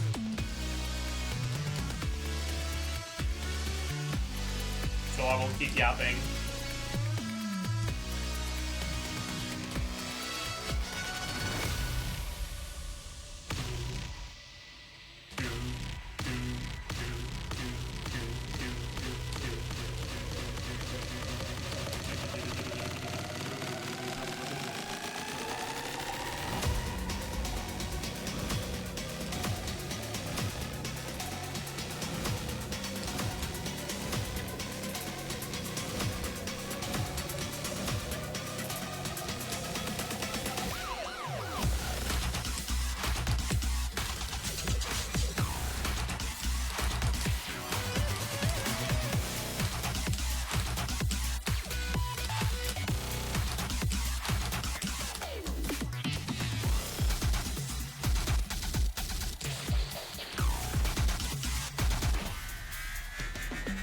Was that it?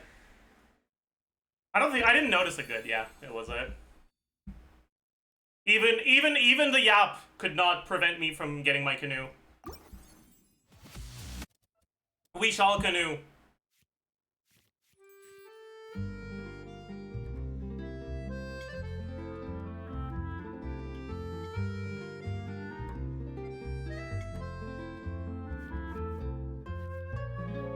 Worm, please. All right.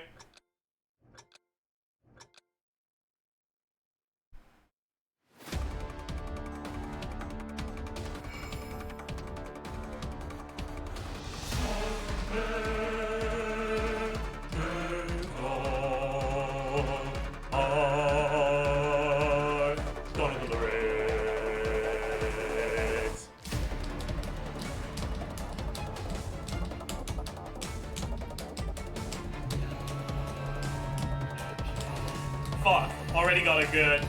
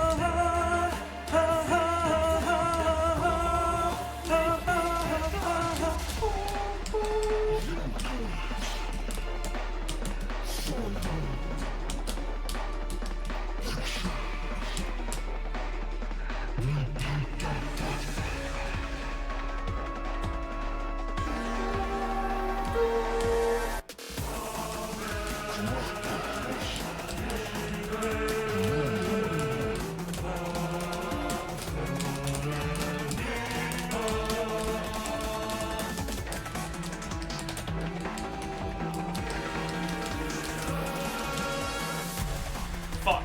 Ah! I don't want to talk about that. That was just shameful. How the fuck do I miss there, man?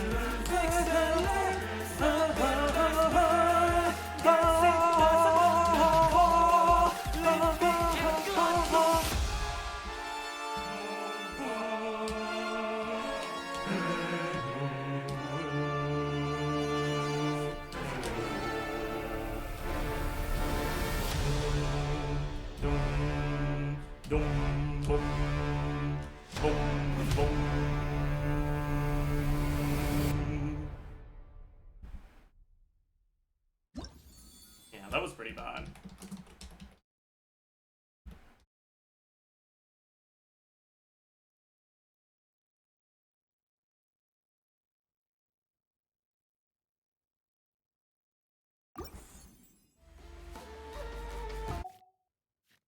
Let's finish on a fun one.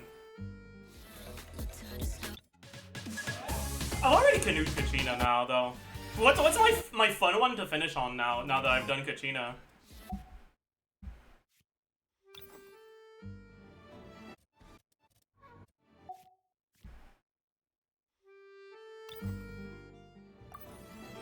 Maybe this one?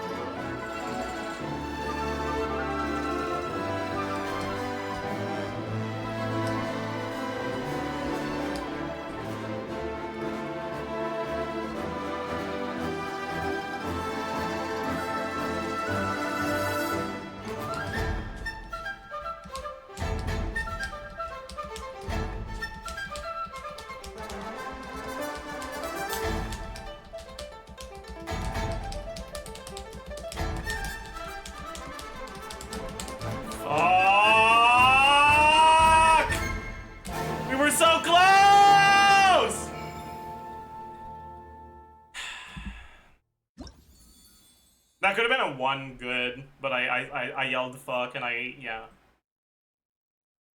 This is the only one I'm missing, by the way, in Leia. We can't end on that, man. What about there's Yai, but Yai's is not fun. Maybe this one. This one's fun. This one's really fun.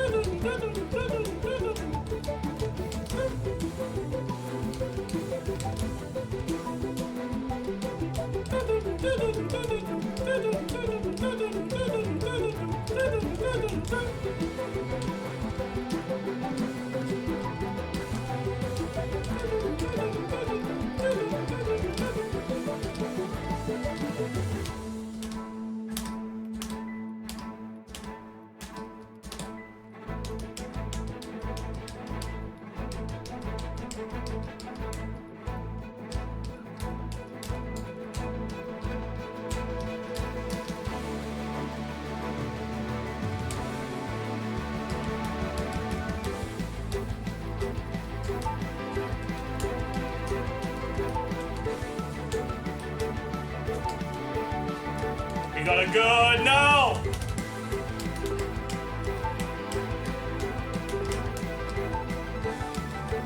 I think we got two goods, actually.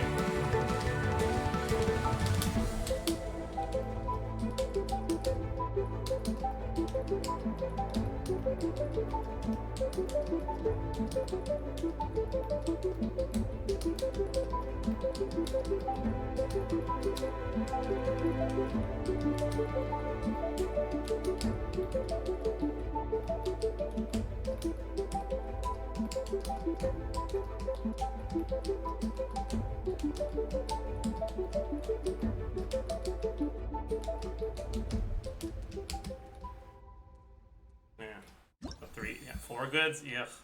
That's fine though. That's a fine finisher song, I suppose.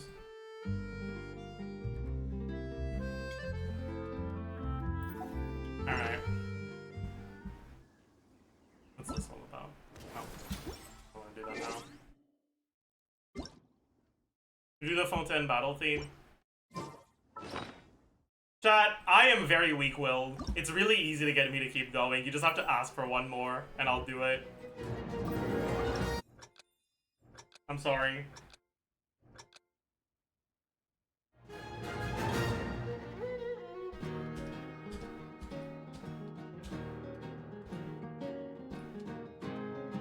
Yeah, I remember the start of it is really slow.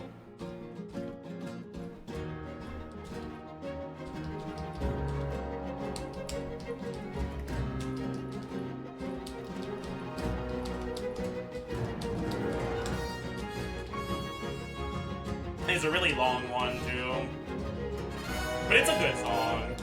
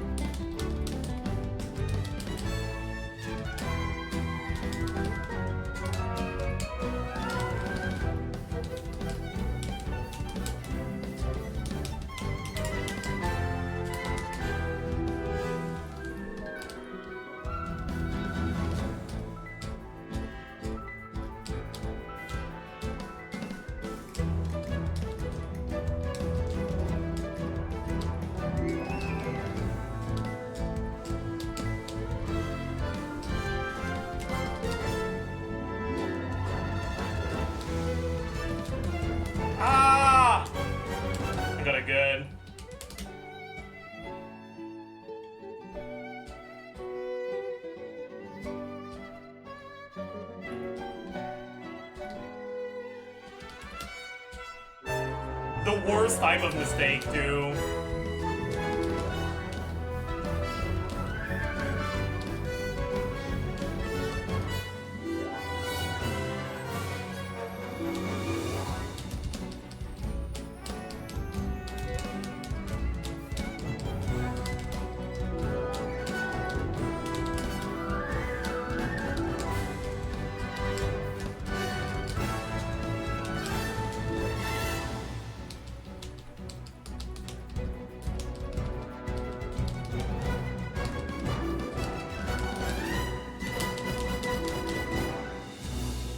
By far the worst type of mistake. I think I got one good, and that good was my eyes got blurry because I focused on for too long, and I mistook an S for a D, or a D for an S, and I clicked on the wrong one, and it didn't do it, and I reacted in time to still get a good when I realized, but yeah, man, that's tragic. Oh, that's so tragic. Albedo's next. I've done all of Mondstadt though. I mean, sure, fine. Well, I don't like Albedo's. Do you get confused with yellow and purple notes? Not really. I guess I just got used to it.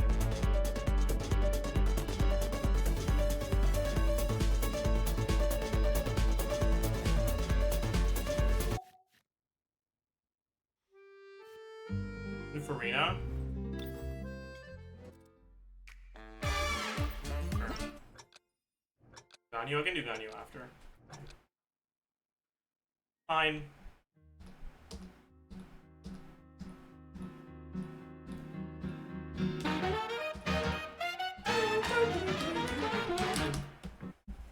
No one saw that.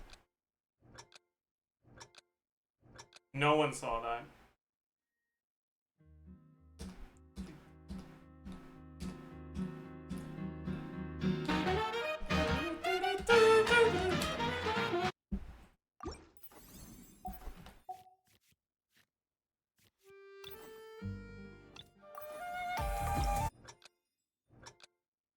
I think my eyes are starting to get like blurry every 3 seconds.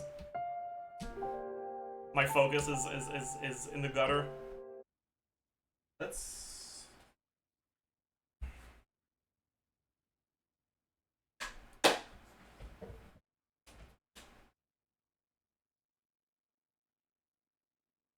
maybe this will help.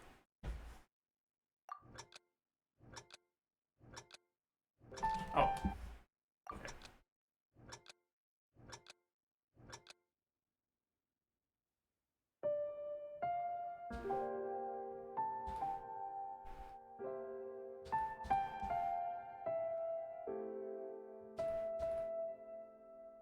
Chat? I don't think I ever realized that I see more FPS with my glasses. Is that normal? Like other people with glasses, do you notice?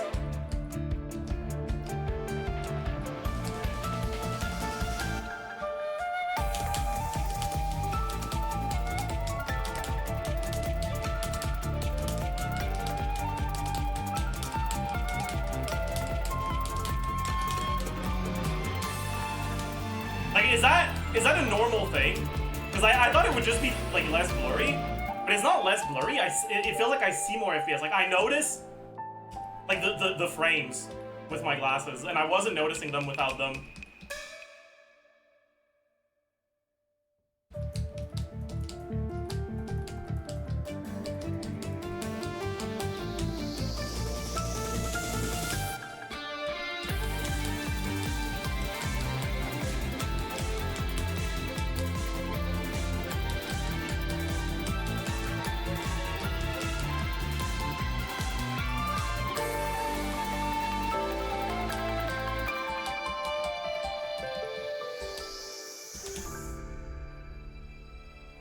That's crazy.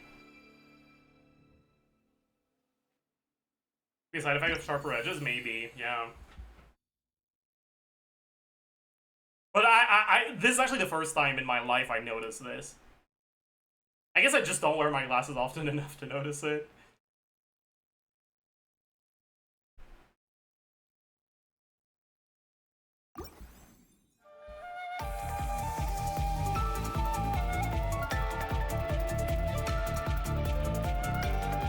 What's your power? It's like 0.5. It's nothing.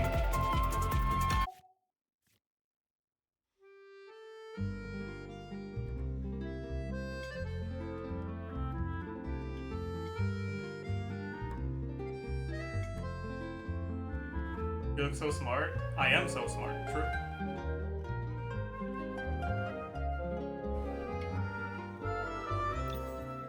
The other Fulton battle theme with this one?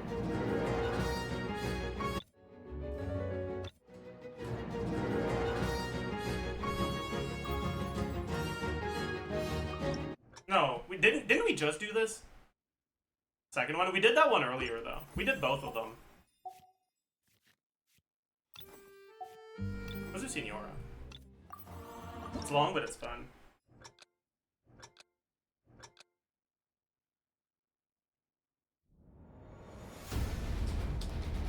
Is this a Nosu stream? Kind of.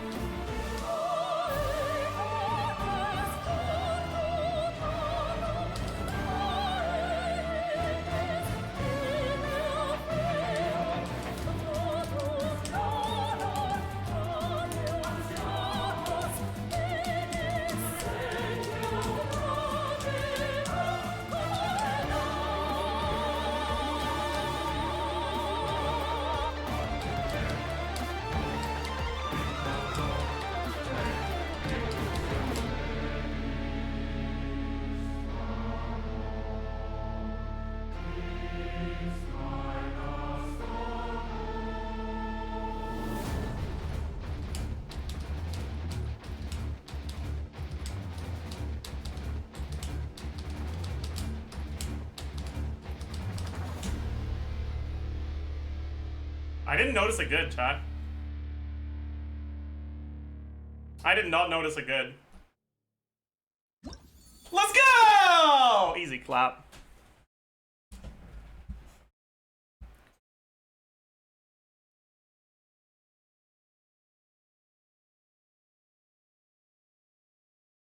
Yeah, maybe the glasses help, actually. My god. Now we only have 2 left here, right? No, 3. There's also Yai. Yai's fucking boring. Alright.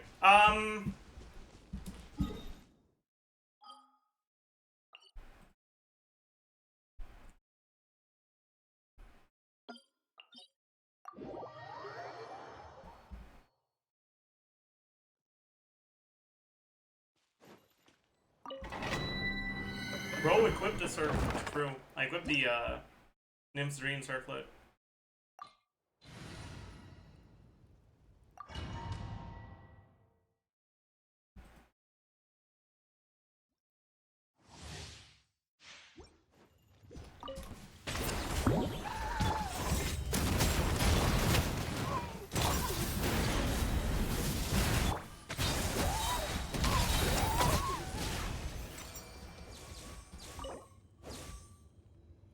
when you jump like that, it guarantees a good artifact. Thoughts?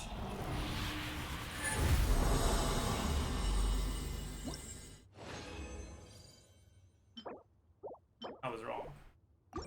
It's because I didn't plunge after the jump. I should have plunged. That's on me. 100% on me. All right, chat. Yeah, I think that's gonna be it for today. I hope you all had a good time. Hope you enjoyed.